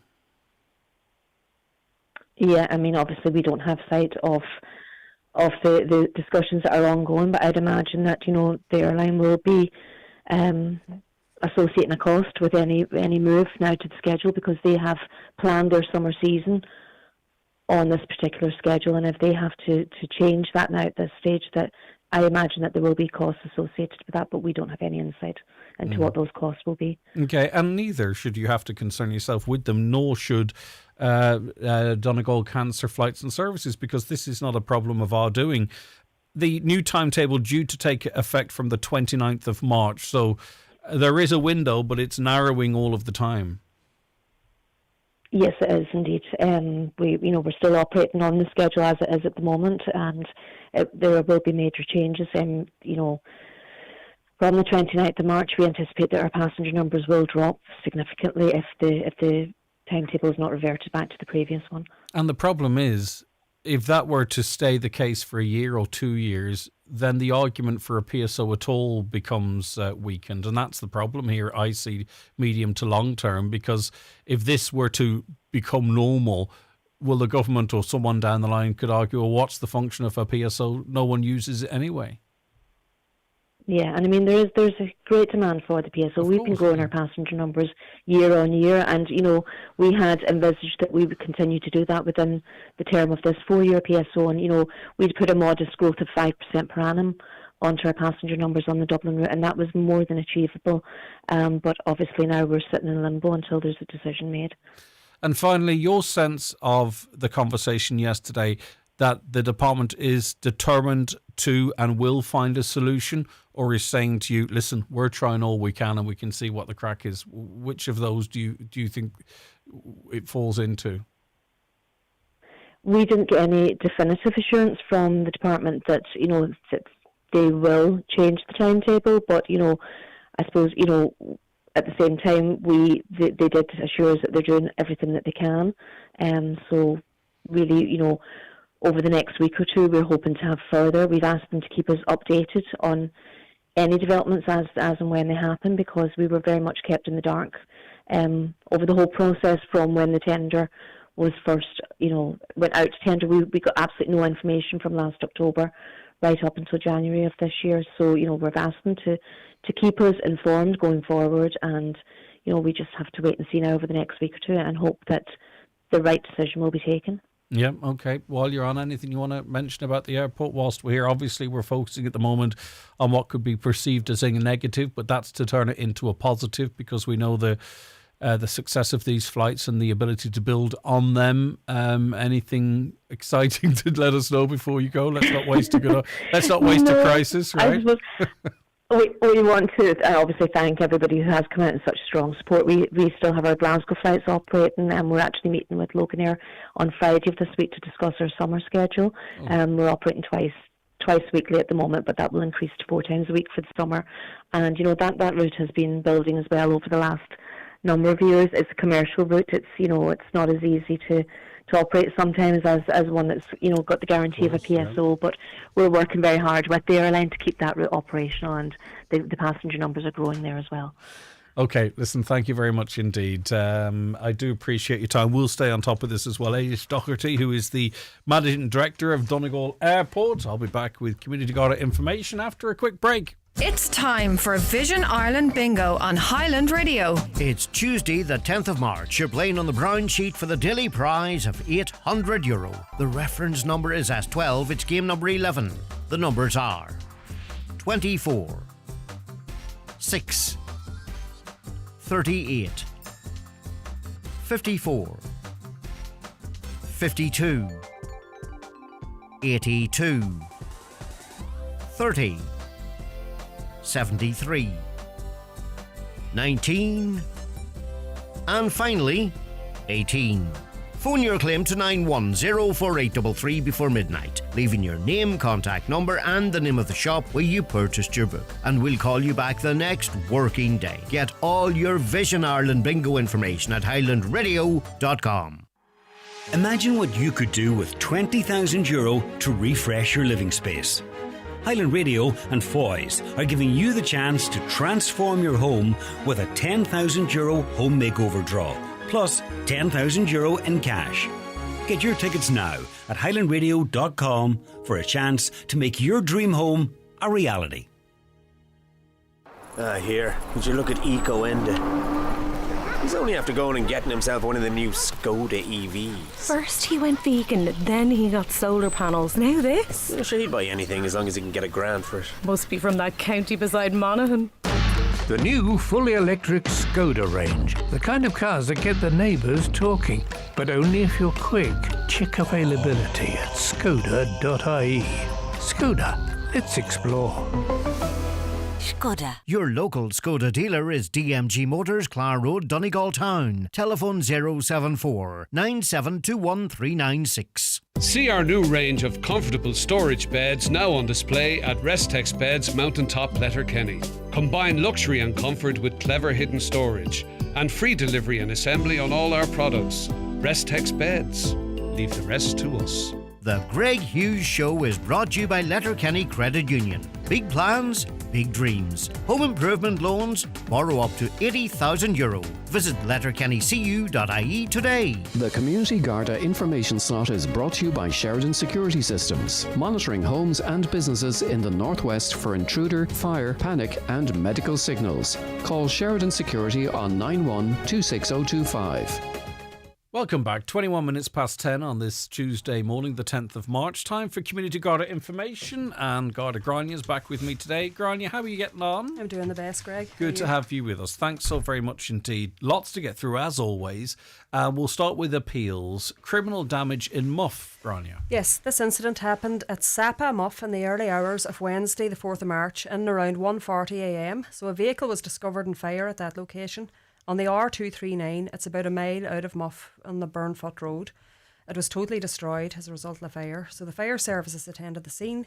We're appealing to anybody who might have relevant information to contact Garda in Buncrana on 932 0540. And if anybody travelled in that area with a dash cam between 1am and 1:40am on that date, we're asking them to please make that footage available to us. And this goes for all of our appeals today. The Garda Confidential line, they may be reached on 1800 666 111 with any information. Yeah, indeed. Staying in Inishowen, a criminal damage incident on the 5th of March? Yes, this incident happened in the area of Shandrum, Drumfries, Buncrana between approximately 6pm and 7pm on Thursday the 5th of March. So a number of windows of a house in that area were smashed between those times. We're appealing to anybody who might have observed any type of suspicious activity in that area or who might have any relevant information to contact Buncrana Gardaí on 932 0540. And as always, again, if any motorists travelled in that area between those times with a dash cam, we're asking them to please make that footage available to us. And it was between 6 and 7pm in the evening, so hopefully, there might have been a lot of traffic in the area around that time. Bright, really effectively, or at least some daylight left. Church Road, Milford, next criminal damage there. Yes, so Gardaí and Milford were en route to a call on Saturday the 7th of March in around 3:15pm when they noticed smoke coming from a derelict house that was located on the Church Road in the town. So they then discovered that a mattress had been set alight upstairs in this house. The fire services attended the scene, they extinguished the fire. We're appealing to anybody who might have been in that area with a dash cam between 2pm and 3:15pm to please make that footage available to us. Again, if anybody can assist with relevant information, they can contact Gardaí in Milford on 9153060. And I think this house in question would be known. There groups of youths would often frequent this house. And yeah. I mean, we're not pointing the finger at the youths on this occasion, but just if anybody did see any gang of young ones around the house, around that area between those times. Yeah, for that matter. And of course, it's tying up Garda resources, the fire services, unnecessarily, both this and the car incident earlier. It's a dangerous activity, and it's a crime. It's a serious crime. It is, and of Destroying course, as you said, the danger aspect especially, and thankfully that fire hadn't spread, but things could turn out. There could be a tragic outcome to these sorts of incidents. 100%, yeah. Let's go now to Raphoe and criminal damage being investigated there. Yes, another criminal damage incident. This happened at William Street, Raphoe, in the early hours of Monday the 9th of March at about 2:45am. So 2 wheelie bins at the side of a house in that area were set alight at that time. The fire services again attended this scene. They extinguished the fire, and thankfully this fire didn't spread and nobody was hurt. We're appealing to anybody who might be in a position to assist us with this investigation to contact us in Letterkenny on 9167100. So if anybody travelled in that area of William Street or within Raphoe town area itself between 2am and 2:45am with a dash cam, we're asking them to please make that footage available to us. Indeed. Right. So that's another one that could have turned out very nasty indeed, isn't it? As soon as you start lighting stuff beside a house, it's crazy activity. Right, so firearms renewals reminder. So were all firearms renewed at the same time of the year? No, well, the firearms, everybody who has a firearms cert, they'll receive the renewal cert in the post approximately 3 months prior to the expiry of their current certificate. And I know, look, a lot of people probably, this comes and think of loads of time, they throw it in a drawer. So the man we have here in charge of the firearms in Letterkenny has asked me just to issue just a reminder to anybody who wishes to renew their firearms cert to do so. Once you receive that renewal cert in the post, please act promptly and get it done straight away. Can I say something in relation to that? There's a human condition here because I find with my car insurance the renewal comes out a month before, and I have these great notions of getting it sorted or pricing around, and next thing you know, the final reminder comes. And that's fine, that's electronic, that's computer, and you get it sorted. There's a manual physical element to this, isn't there, Grania? And I'd say a lot of us, not me, but a lot of people are leaving it to, oh, right, that's tomorrow, and putting an awful lot of pressure on the office. They are. Well, look, if you're delaying and submitting your form until too close to the deadline, by the time that application's processed and you receive your new cert, like your expiry date and your current cert could have passed at that stage. yeah. So if that happens, you have an illegally held firearm until you get your new certificate in the post. And Gardaí can seize firearms when the owner has failed to renew. So please also just look, if anybody's having any difficulty with the form, there's no problem, call into any of your local Garda stations and we'll assist you with the form and help you out filling it out. Yep, it sounds like there's a little bit of discretion or grace there. Don't rely on that because it's not guaranteed. And, as you say, people have found their firearms being seized. Right, lambing season is well underway, of course, and the reason why we have to keep putting out these warnings annually or biannually or however often is because there's instances every single time. There are. There's especially at this time of year. Instances every single year. Yeah. And it can be 30 sheep here, 5 sheep there, 10 sheep there. And this is devastating to farmers and the amount of money they've invested in their animals. And that's why it seems familiar, because people still allow their dogs to go unchecked. Yeah. So it causes devastation for the farmers, but also if you have a beloved family pet, a dog, a farmer is well within their rights to shoot that dog if that dog is out worrying their sheep. So, just in the interest of protecting your pet also, it is lambing season, and we want to remind all dog owners of the harm their pets can cause if you let them roam free or unsecured and they're not kept under effectual control. So at this time of year, there's always issues with sheep kills when dogs are attacking livestock. And just to make people aware as well, it just isn't in relation to killing sheep. Sheep worrying isn't just killing sheep or chasing sheep. It's the stress, injury and the death of sheep caused by loose or out of control dogs. And a single attack can devastate a flock. It can cause a ewe to miscarry and leave lambs orphaned. So, as I said, a farmer can shoot at any dog that is worrying or attacking their sheep. And with dog ownership comes responsibility. Please secure your dog, have it microchipped and registered with your vet, and just check the boundaries also of where you keep your dog. Make sure that it's secure, that your dog isn't able to escape. And if you do see any out of control or, dogs roaming in your area, please contact your local Garda station or the dog warden and make them aware. Yeah, because you could be on, not only could you lose your dog, but you could also be on the chain too for the farmer's losses. A lot of people seemingly, go out for a walk or a run or what have you, and the dog runs away in front of them or behind them.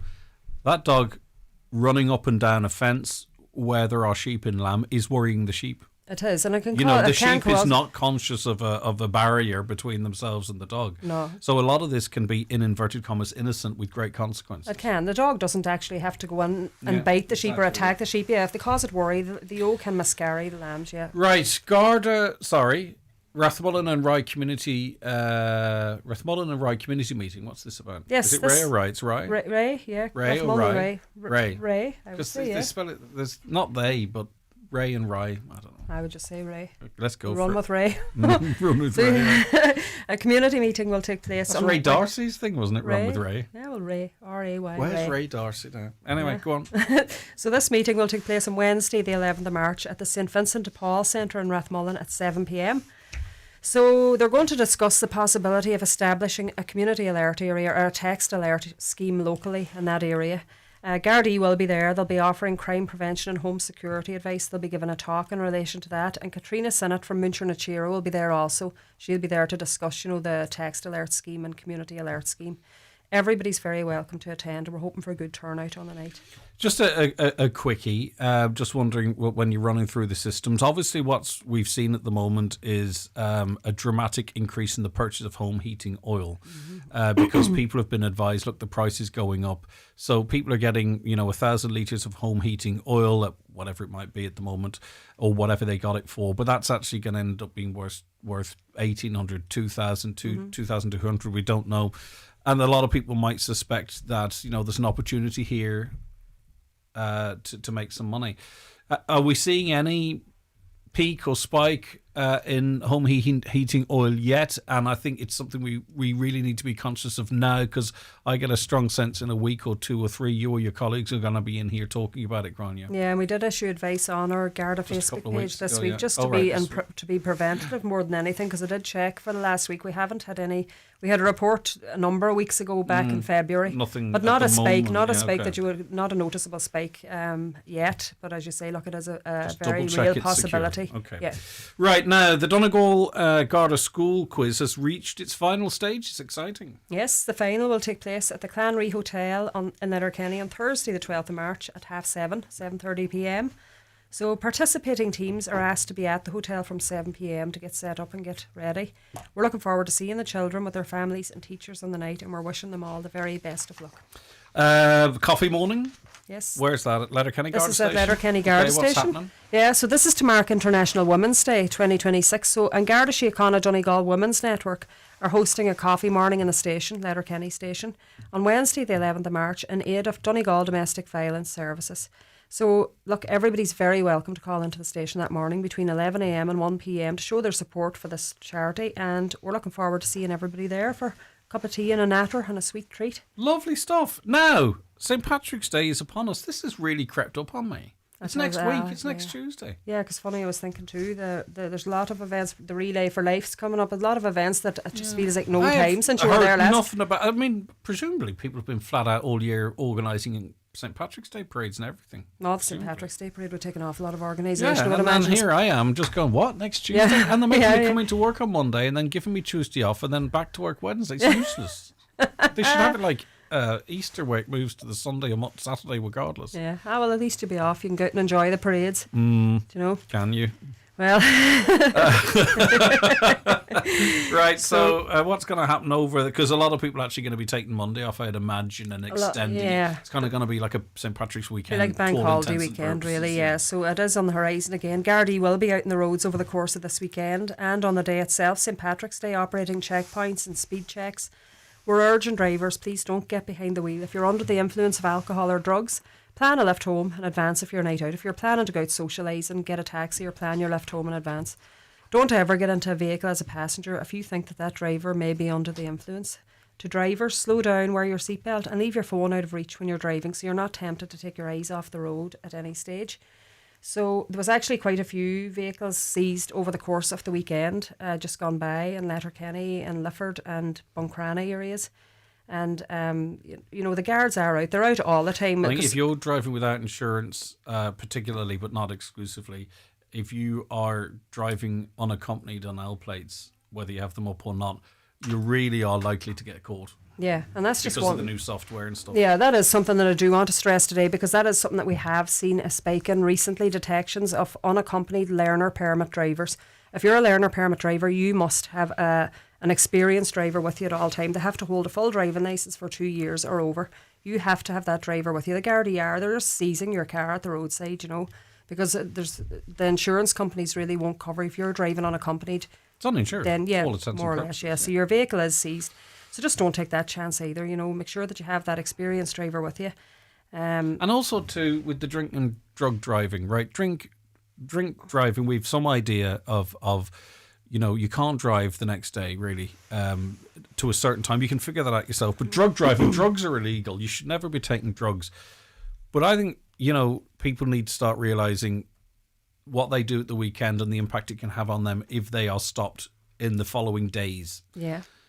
And they may have completely lost any effect of the drugs. And these are people who have been put off the road for years, 2 years. Not to mention, I know there is an issue here, obviously, with being under the influence, your reactions and all of that. And I'm not in any way taking away from that messaging. I know drugs are illegal. You shouldn't take them. But I would not be surprised if there's an awful lot of people who are getting done for drug driving sometime after the fact.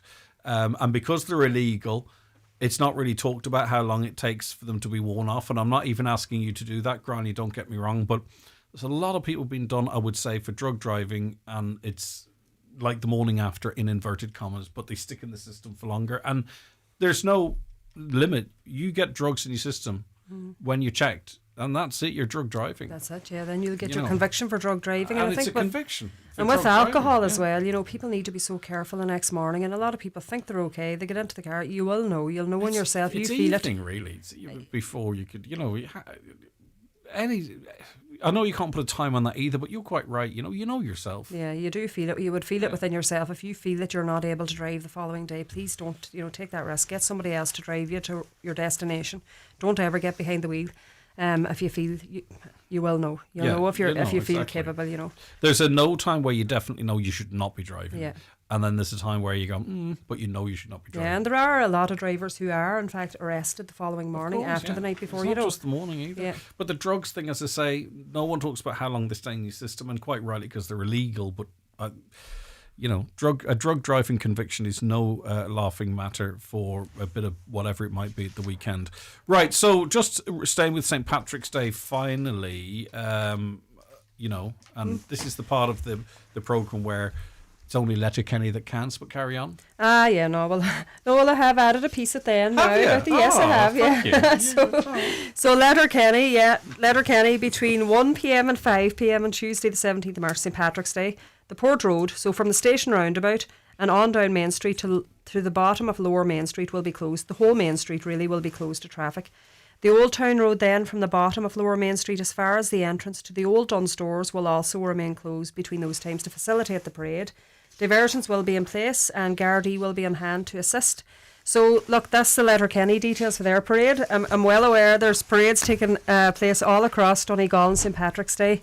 And any details that we receive in relation to upcoming road closures for parades anywhere in Donegal. You know what, I jest, but locally there's great stewarding locally for places. Well, if anyone wants to part of the send in crack. their details to us, to the can post Garda them on the Facebook Facebook. page, I can Yeah, post okay. it then to our Garda Facebook page. Make Lovely people aware, stuff. Grania, thanks so very much, No as problem. always. We really do appreciate you calling up. That's Garda Grania Doherty with this week's Community Garda information.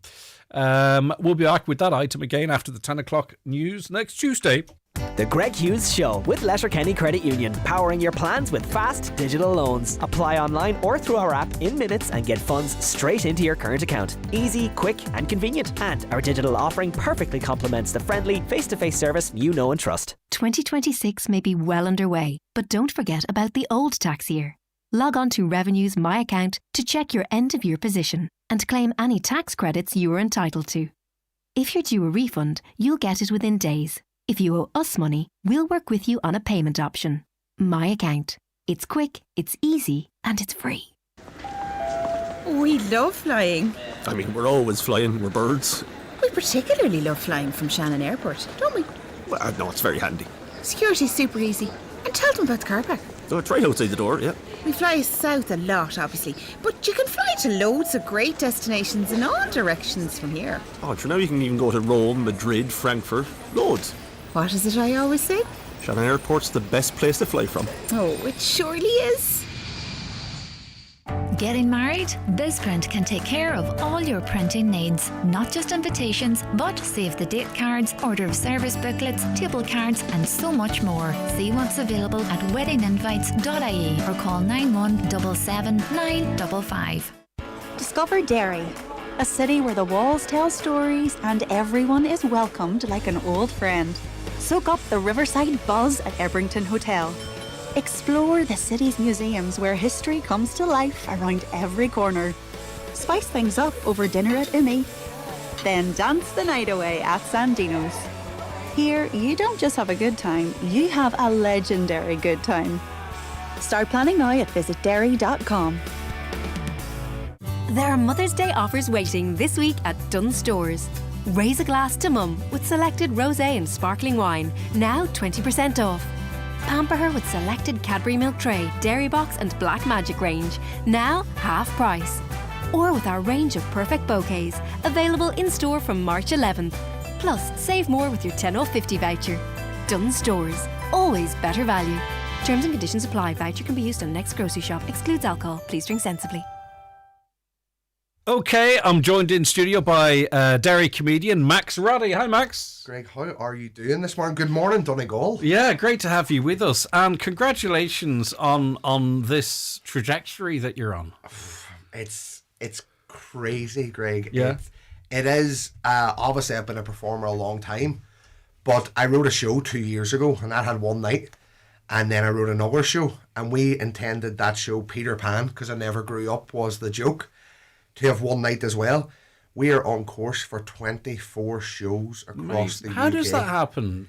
Is it word of mouth? Because you can advertise and do the social media to you blue in the face, right? But when something grows like that, there's something else happens. See, there's a lot of... Yes, it is great having good numbers on social media. And since I got sober, I've had 40 million views in 2 years. It's amazing. And that at 300,000 shares. And that is amazing to have that online. But the reason you're getting in these clubs and getting rebooked is by sending clips. No, you send a lot of clips. I sent stuff to Dublin. No one got back to me. But London, Liverpool, Edinburgh, we're like, I'm on over. And we did opening night of the tour in Top Secret Comedy Club, and in the comedy world, it's hard to even get in the door there. And for them to let me do an hour show, it's probably like, well, his numbers are good, let's see if he gets on. And it's very hard to get rebooked there, Greg. And they did opening night of the tour, and they've now booked me to close the tour as well. Astonishing.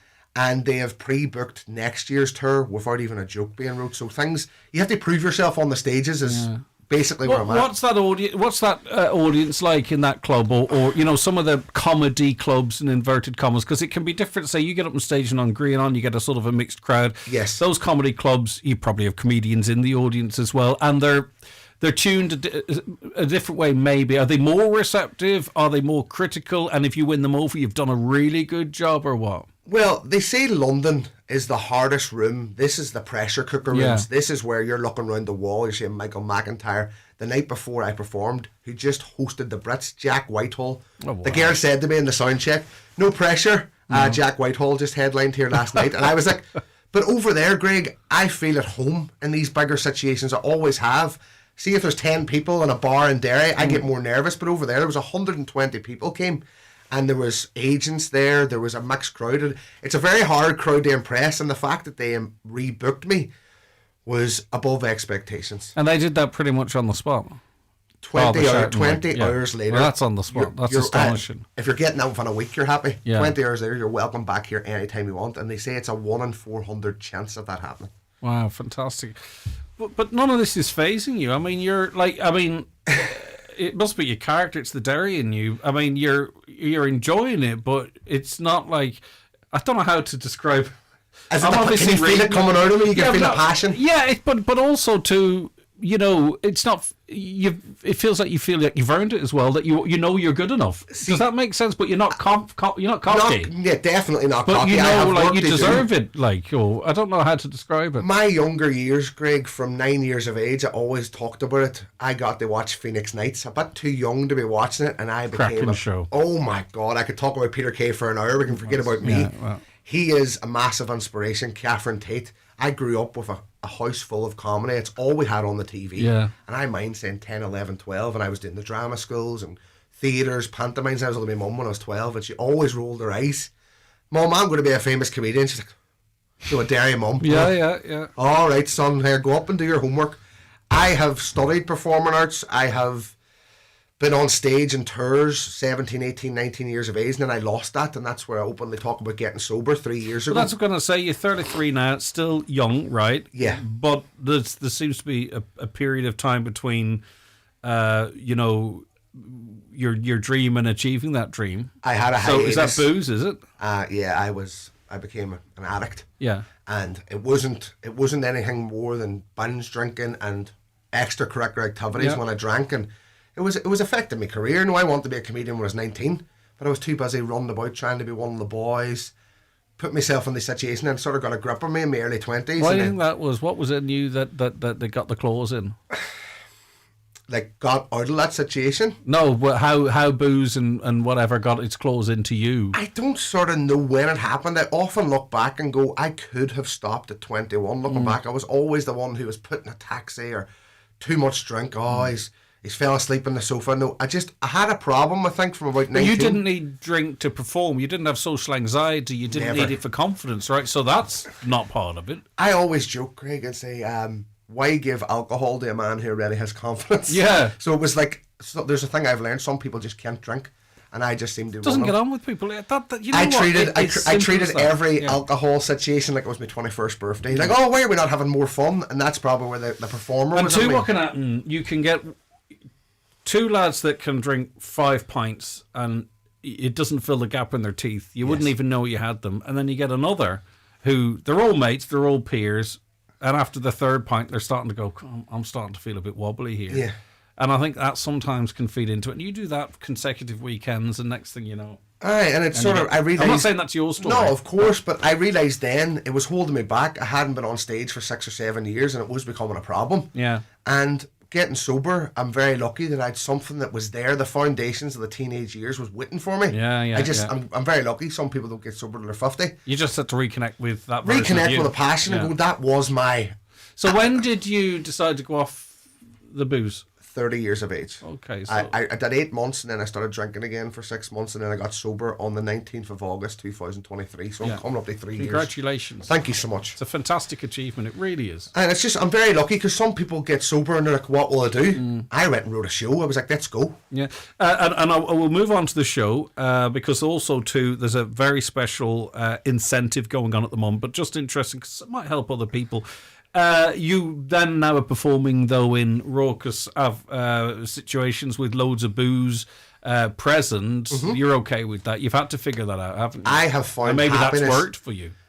I have found happiness where I can have a coffee and a bit of carrot cake after a show and know this rock star lifestyle that you dream of when you're younger. I'm like, no, on stage is my drug. On stage is where I feel happy, and I'm happy to get a cab home. Everybody else can go drink. And I'm going back and going, I can't wait to do this again. I'm in the company of Max Roddy here. He's a comedian from Derry. He's been named as the comedian to watch at London's legendary Top Secret Comedy Club. He's got a free pass into all of these spots. Such has been the reaction to his show all over Britain and Northern Ireland. And it's coming to Grianon Theatre on the 1st of May 2026. Now, all tickets for Max's show on Friday the 1st of May are only €14. Now, they're usually priced at €20. Now, you have to pay in cash. No, I'm only joking. We're just getting a bucket at the start of the show, a big massive bucket. Throw what you want on there. No, you can pay by card, but you use the promo code MAX14, and that expires on March 31st. But that theatre is going to be packed. It's just a case of whether you get your ticket and you get it for €14 because it's going to be full anyway. So that's the gravy here, right? So get on to ongrianon.com and use the code MAX14 and you can see this show that's taken the best comedy clubs around these islands by storm. It's the Peter Pan tour. Now, this is your first show. It's my debut tour. Where are you on in terms of writing your next show? I don't switch off. I'm always going to the Mrs. Kerry. I've got an idea, and she had a comedian grandfather, and she is such a good person to go, that's good. If I can make her laugh, because her grandfather was the original comedian in Derry back in the day, and if I can make her laugh, you know you're doing something I know I'm right. doing something right, because he was very witty, he was very, very clued in, and I don't switch off, so I've already got maybe I'm doing a tour for the next 5 years. What about the likes of Edinburgh? Have you done Edinburgh? I did Edinburgh last year. And how did you find that? I feel like I work better sometimes out of Ireland. I'm getting more receptions over there. And did you do a big room, small room? Or I did two nights last year, and I was only doing 20-minute spots, 10-minute spots, and there was 120 and 90. But this year, this tour confirmed yesterday, and I'm absolutely delighted. Biggest comedy festival in the world. Peter Pan is doing 6 nights in a row. In Edinburgh? The full hour, 6 nights in a row from the 9th of August. And what capacity venue is that? That's going to be like a 50 room, but that's where you're getting 50. That's not, in Edinburgh, that doesn't mean it's a 50 room. That's not how it works over there. That just means it becomes incredibly exclusive. Yeah, and I presume it's a famous room too. It's a very popular area near St James's Quarter, and it's Alchemist. It's a very fancy room. Right, and I heard about that. That room last year was packing out every night, and if you do one good show, you can have a queue out the next night. Yeah. And it's not, as I say, it's not. And really, to some extent, you could argue you've kind of skipped Edinburgh, but it's still great for you to be able to go and have that experience. Some people use it as that springboard to get to the tour. Tour. But it's where you can sort of get that next step again, where agents can step in. And of course, yeah. So where did it go from here, Max? We're doing a 5 years every tour. We started off thinking we're going to do 14 shows this year. It's turned into 24. Yeah. And most guys don't achieve that to 10 years. And I'm only full time 2 years. And that maybe with that performance background that I'm stage ready with the presence. No, agents have said he's got the stage presence. Obviously, you're working every day. You're not the finished product. Not a chance. Yeah. But that raw stuff can work sometimes in comedy. We don't want to get too scripted. Yeah. They want that raw madness. And people have described me as Peter Kay with ADHD. Yeah, I was going to ask you, Peter Kay with the Fs or not? Well, because Peter Kay is a bit family friendly. Well, let's just say my TikTok's a bit more friendly, and I would advise don't be bringing anybody under 16 anyway. That will be the advice. I'm not saying Peter Kay's done because he's filling arenas, right? But maybe putting him to one side, what other contemporary comedians do you sort of look up to? I mean, there are a few that write based off their own experiences and are very real. I don't know. I am very character based on stage as well, where I'll go into a story and jump. Robin Williams was right. Okay, that's the pinnacle to me. These guys can commit to a bit, and I've been compared to when Max is doing an accent, he's not in the room, he is just committing 100%, and that's what people, I mean, crowd work. Kevin Bridges, of course, but I'm inspired by these old school character crazy, 19 different voices. You don't know what I'm going to say next. It's very high energy. Do you know what you're going to say next? Here's one for you, Karen. Here's one for you. My partner has seen this show 14 times, and she knows it's the same jokes, but you don't know what this man's going to say. The last night. So do you vibe it then with the audience? Where's the variance coming from? Is it just you in that moment? Are you looking in the front couple of rows, or what's going on? It's just every show you feed off the energy of the audience. Like the last night I did a show there on Saturday in Derry in the Newgate Arts. I broke up with Kerry live on stage and gave the girl in the front row my number just because she was having a laugh with me. I'm very unpredictable, and a guy stood up and I thought he was looking to leave the show, and I was like, I've lost a follower, all this stuff, and then I made sure when they came back into the room, everybody turned around. I had it queued up. Everybody telling him to get out. So he walks back in after going to the toilet, and I was all, get out! And it was just all, but he came back and sat down. If you go into a comedy show, go to the toilet beforehand. Rookie mistake. Rookie mistake. You knew what was coming. What's some of your favourite stuff to talk about in the show, Max, that sort of goes, We'll talk about some things we can talk about. I go into double standards of how women can do certain things that men can't do. I can't say that joke here, but I also have I've been renowned for a song on the tour, Sitting on the Dock of the Bay, because let's just say there's an interesting true story from 10 years ago that ends with me singing Sitting on the Dock of the Bay, and that has been sort of become the theme tune of the tour. Also, I'll get into my mum. She is the most stereotypical Irish mother. She writes half the show just by being herself. Just existing. Your mother's an easy target. There's also guys I went to school with. I was doing content 20 years ago, and I also get into how 20 years ago these guys were giving me a lot of bullying in school for running about with a camcorder, singing in musicals. Now all these barbers are recording they're doing the same things I was doing, so it's cool to do videos now. Let me ask you one thing, because I'm out of time, but I picked up on this Dublin thing you mentioned. Yes. Is that a sore point for you? That you they maybe want to jump on the bandwagon now, but they weren't. The British, Northern Irish clubs were there for you, and we're here for you, of course, don't get me wrong, but you got the knockback down there. But you have to be humbled sometimes and realise, there is other people think you need to earn your stripes. But I was like, Dublin's something I will get to, and I was gutted with the reply I got. I sent the same press release and videos to Liverpool, which is the biggest comedy club in the world, and they were like, come on over, Max. Yeah. And they seen me perform for 10 minutes before.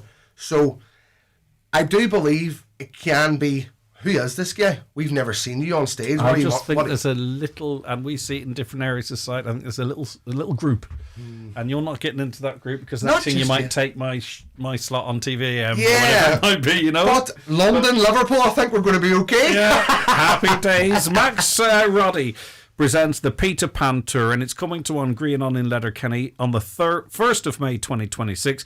And as part of Max's appearance on this show, we've got a really special offer for you. Tickets are €14 instead of the usual €20 when you use the promo code MAX14. Offer expires at the end of this month. As I said earlier on, that theatre is going to be full. It just is a case of whether you're there and you paid 14 quid for your ticket. Listen, I'm so pleased that you're doing so well, Max. Well done. And we'll chat again, no doubt. And just best luck with everything. Go ahead. And just to be sure, it's Roddy 14. What did I say? Max. Just in case they try and type it in. Take it up with Anne Greenan. Anne Greenan's got it wrong, so it was Roddy. So maybe there's two codes. They maybe can take the wedgie, I'm not. I'm going straight to the theatre. The Greg Hughes Show with Letterkenny Credit Union. New to borrowing or haven't borrowed in a while? Our welcome loan is here for you. Borrow up to €50,000 at just 5.95% APR with no hidden fees ever. Apply online or in branch today at letterkennycu.ie. This Easter, explore more at National Trust with adventure aplenty for all. Browse local crafts and cuisine at Castle Ward Spring Market. Solve the riddle at Llewellyn Garden with a colourful egg hunt through stunning grounds. Enjoy a nature-inspired trail at Mount Stewart and see how many giant eggs you can find. Follow the river and the spring trail to an extra special chocolate surprise at the Artery. Or hop aboard the Earl's Grand Tour at Florence Court for an Easter trail like no other. Excited? Search National Trust NI. If If you're getting new furniture or it's time for a change, pay a visit to McGinley's Furniture in Letterkenny. There you'll find a selection of suites, beds and bedroom furniture, dining room and occasional furniture. You'll be amazed by the selection and pleasantly surprised by the prices. At McGinley's Furniture, Portlink Business Park, Port Road, Letterkenny. And online at mcginleysfurniture.com.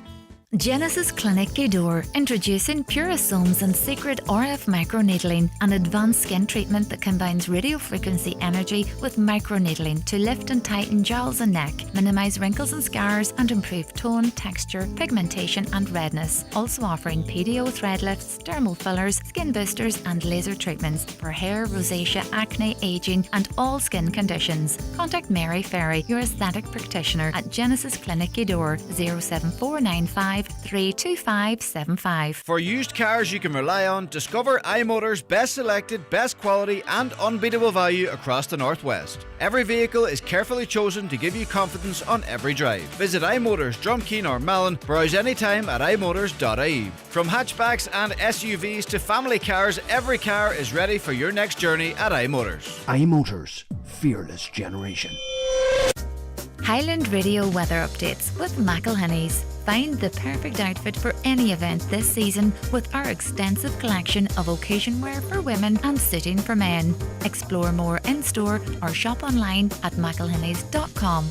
Now, in outbreaks of rain and drizzle will become patchier for a time later into the morning and early afternoon, though more persistent rain will extend from the west later, becoming breezy with temperatures of 9 to 11 degrees.